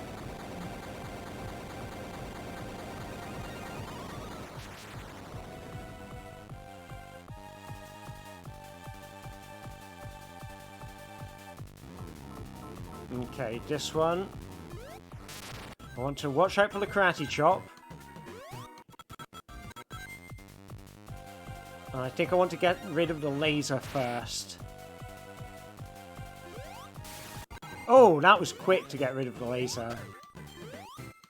Let's just get Knuckles to get a lot of rings. Like, see if I can create situations where I don't have to think about Knuckles.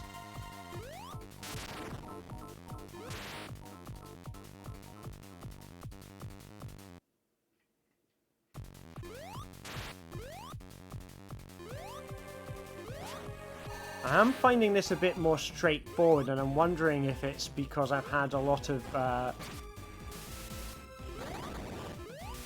practice now.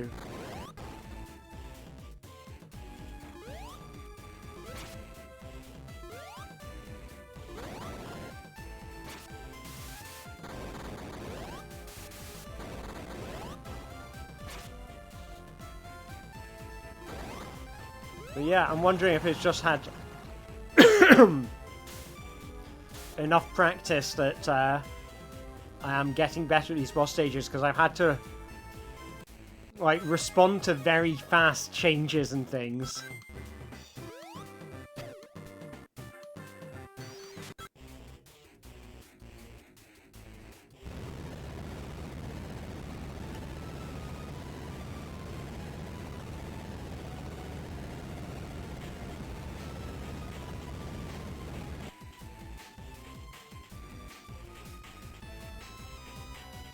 Can I remember how to beat this boss? I'm assuming it involves stepping on his hands and jumping. I think I hit him. For the old hand platforms. Okay, those things are dangerous. I wasn't sure if I... Oh, they're platforms as well. So I've got to stand on top of them until they blow up. Oh. Don't let the hands hit me.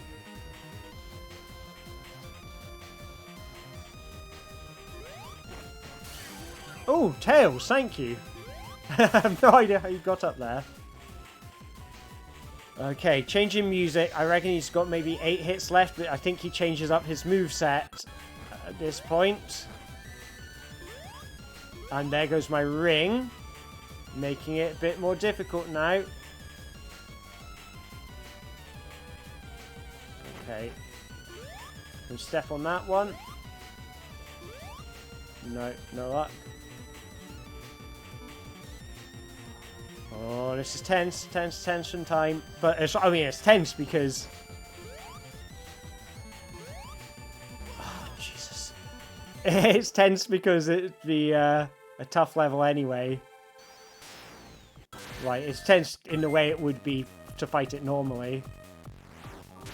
But I guess not being able to focus on it for too long because you will get looped out into another game eventually is part of the challenge.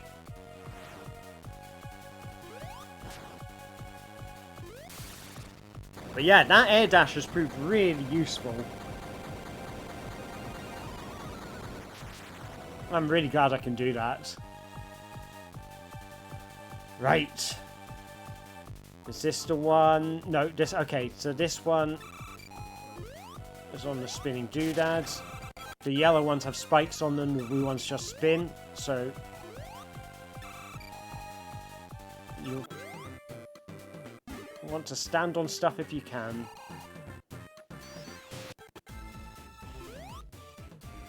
Okay.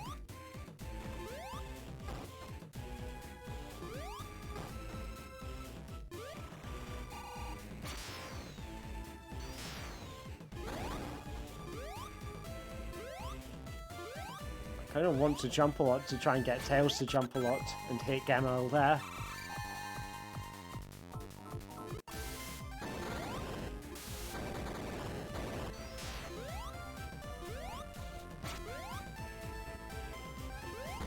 Ooh. Okay, onwards, onwards.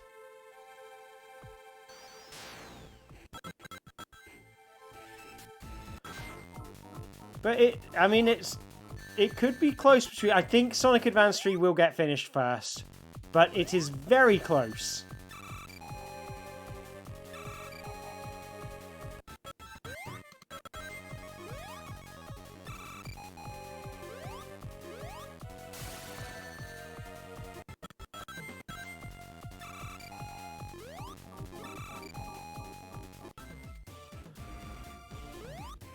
All right.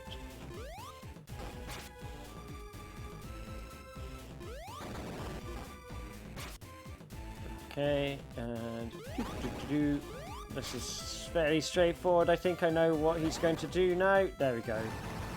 So, we dispatch Gamma.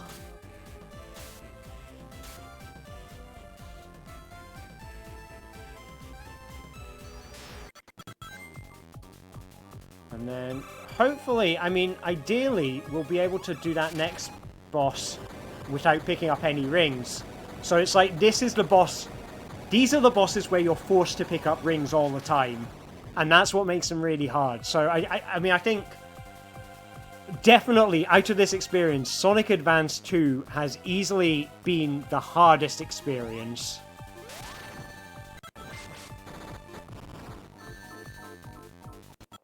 I think the final level of Advance 1, like the Egg Rocket, that was really hard. And Advance 3 had some hard moments, but really, I feel like Advance 2 has been the star of the show in terms of creating difficulty. Or at least, creating interesting challenges that wouldn't have been there without the ring switching.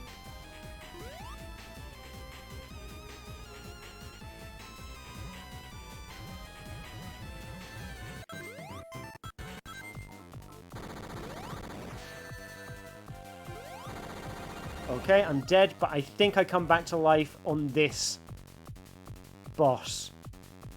I don't go right back to the beginning, which is good. If I did, I would have screamed.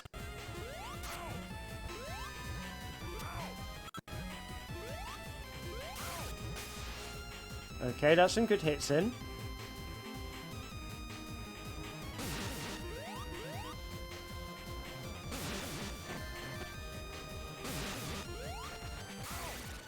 Oh ho! I mean, I feel like it's cheating, but... Okay, I'm gonna... Because it feels like cheating, I'm not gonna do it, because it feels really cheesy. But it looks like you can just get Tails to do all the work for you. Huh.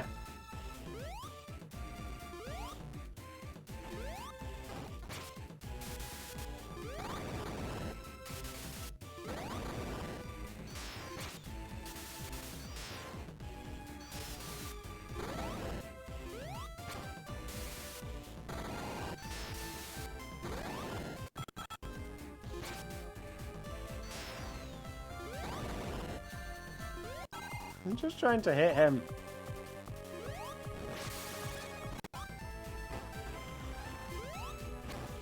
There we go. There's Gemo down. Gemo is down, and we go on to the final boss. Do I try to cheese it, or do I intentionally try to not cheese it? Let's find out.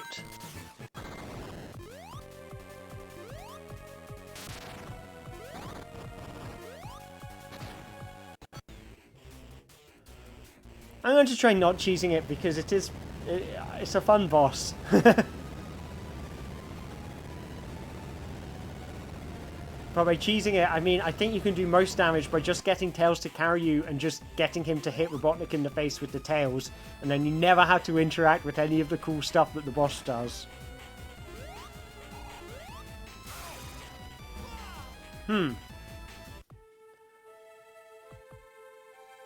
I'm making a conscious choice not to cheese that boss. And that's my gift to the great Dr. Eggman himself.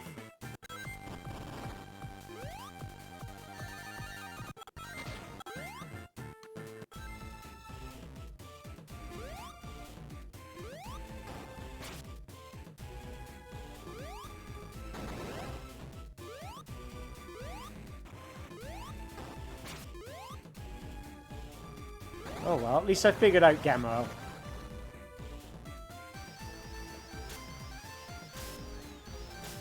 Hello, Kitty Dunlap. Thank you very much for the follow. Okay, need to get myself some rings. There we go. I'm safe. I'm safe.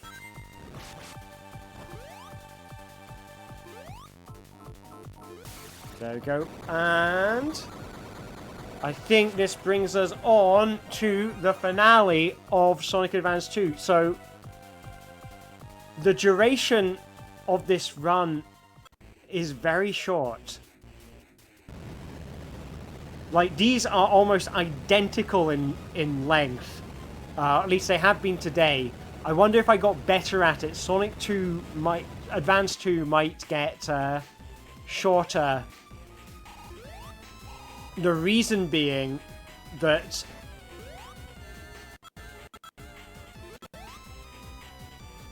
Advance 2 might get shorter purely because, like, the thing that made Advance 2 take a lot of time was the fact that I was dying so much in it.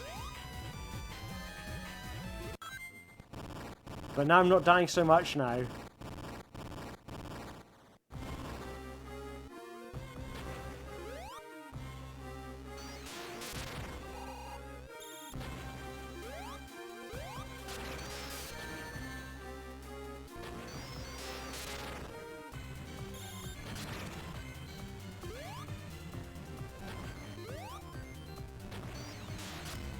No.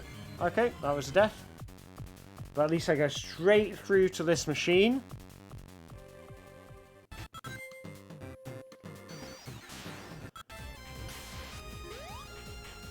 Okay, so I've landed 0 hits on Robotnik so far.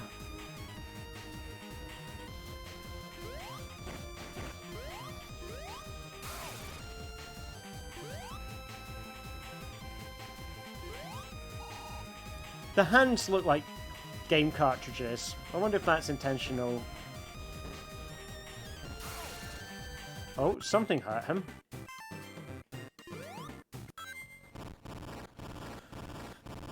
Right, I mean, ideally I won't lose any rings on this boss. So ideally this should be, like, in ideal conditions, it would be the same fighting that boss normally. But it is the context switching that messes you up.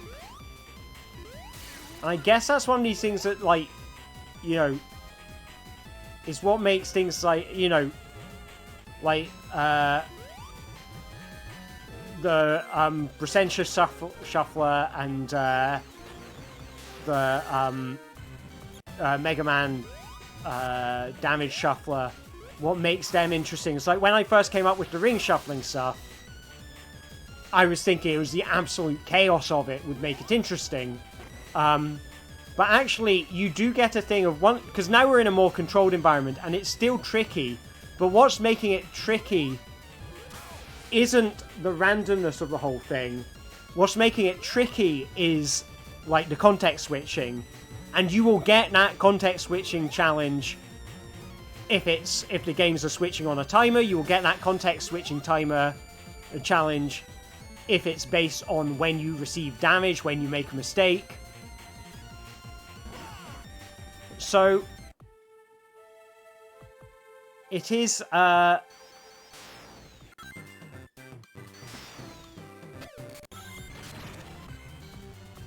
like, and I think that's something I hadn't really appreciated. I think, you know, when I make stuff, I do look for a certain amount of calamity. I like stuff to be super chaotic.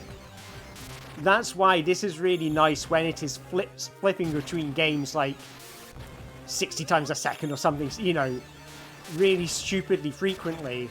I really like that. And there we go. Game number 2 at 347, which means last one 345.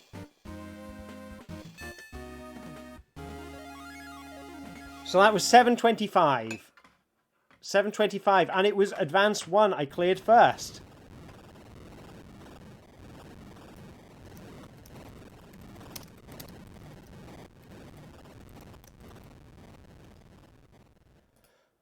So now only one more to go. Thanks for coming along. See you and talk to you soon. Yeah, have yourself a fantastic day. Congratulations. Alright, one more game done. Thank you for playing. Thank you for being played, Sonic. Right, what's it going to do now? Is it going to go to credits? Oh, we'll do... I should read the final story. Created by Sonic Team. I'm excited to get to the end of this, so I am just going to reset the game. And now, as we do, we've beaten the game. So now we play as a new character. And that character is... Well, I said it, I mean, I'm going to do Tails just for consistency. It goes Sonic, Tails, Knuckles. It could be Cream. Let's go Cream, because Cream's next in the order.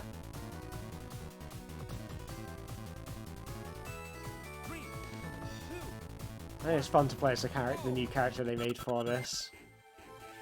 Okay, so now Knuckles and Cream are just picking up... They are just picking up rings for me.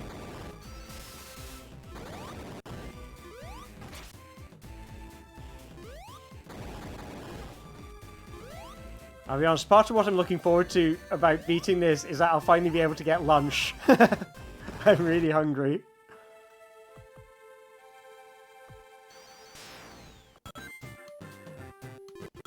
I'm going to pretend that the final level is Alistair Emerald. That's what it says. Everybody loves him, Sonic the Hedgehog. Everybody loves him.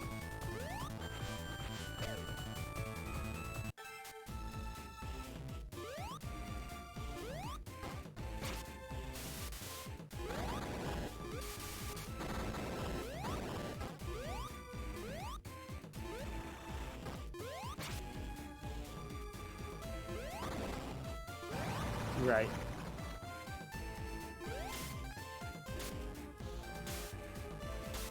I was going to be switched off in 1 minute. No, don't switch off. Alright.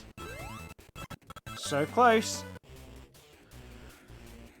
Right, how long is it going to take?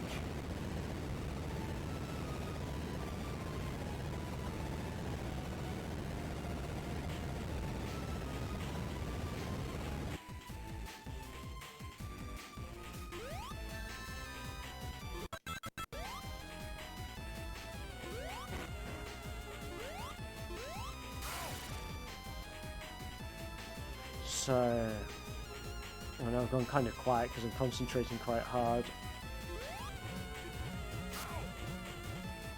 How many hits can I get in? Oh, those things only hurt you if they squash you. But there goes my rings.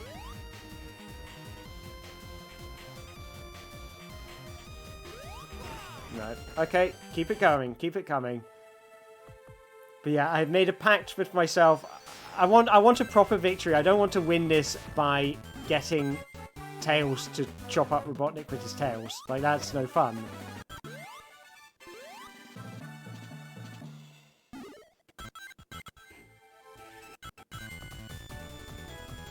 Come on, get me to the final boss. There we go.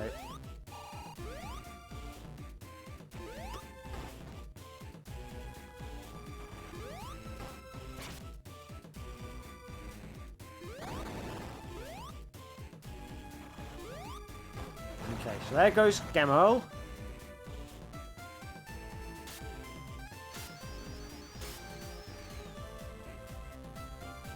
And then... final boss. And I just need to play well. This shouldn't be hard, this is just a normal final boss. That I have elected not to cheese.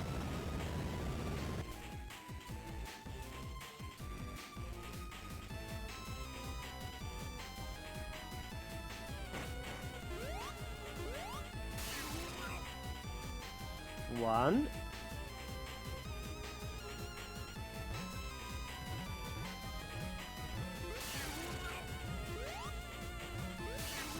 Two, 3, 4. 4 hits. That's good.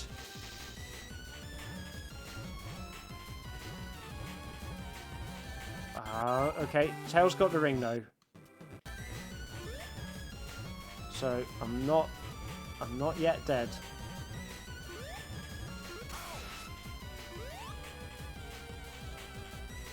Oh, he's doing that again. That's good, because I can get multiple hits from this one.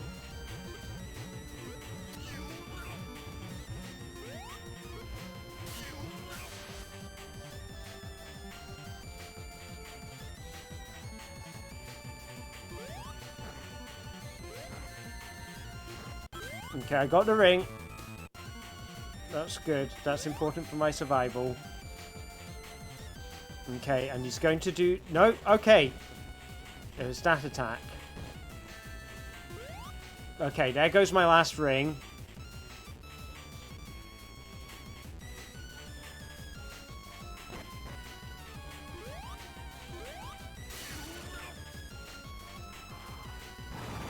Time! I think that's time. I think that's time. 3:53:44, so I'm going to go 3:54 on that because I can't be bothered to do the minutes. 3:54. So that's 6 minutes off an hour. So that is 7:32 and 0 seconds is what I'm going to give myself as a time on that.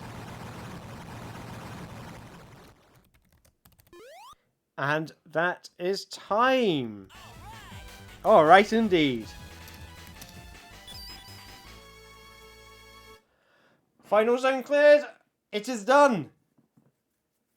That is the Sonic Advance trilogy. When every time you get a ring, it switches to another game. With what I call Vegas rules, which is once you beat a game, you just start it again from the beginning. That's I don't know. I wanted to do that because otherwise I didn't want to like get to this bit of the game and have already like eliminated all the other games from the cycle, you know? So I want to keep the ring switching in. And there it is. All the way till the end.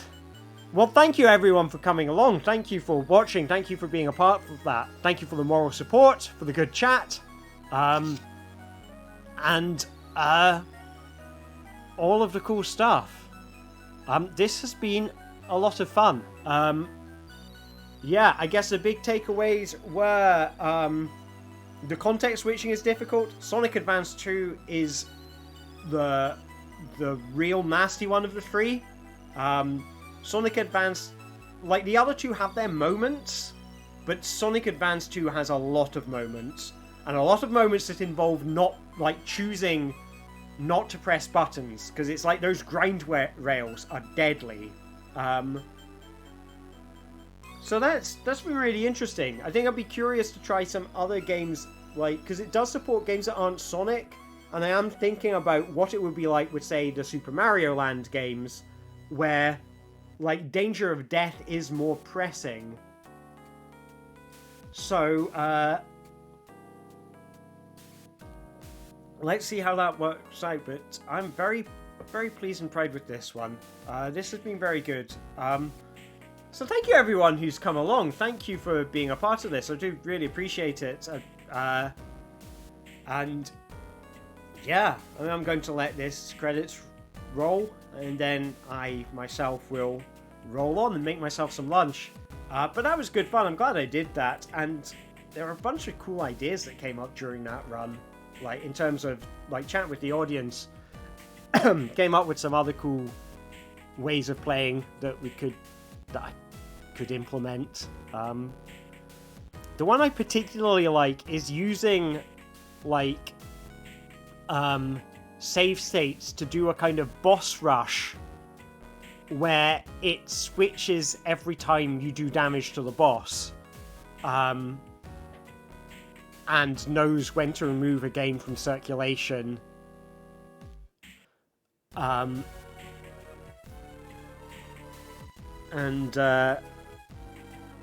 could be really interesting. But yeah, let's just enjoy the music. I'll turn it up a wee bit.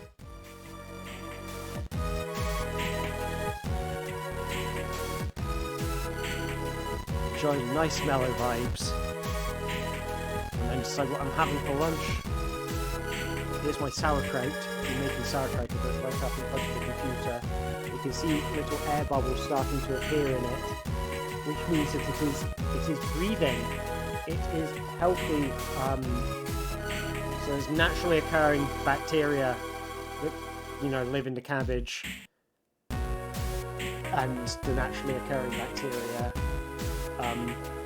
essentially they ferment the cabbage and turn it into delicious sauerkraut, and the bacteria that do that, and you're helping, bring to life by giving them this food in this closed environment, is really good for your stomach.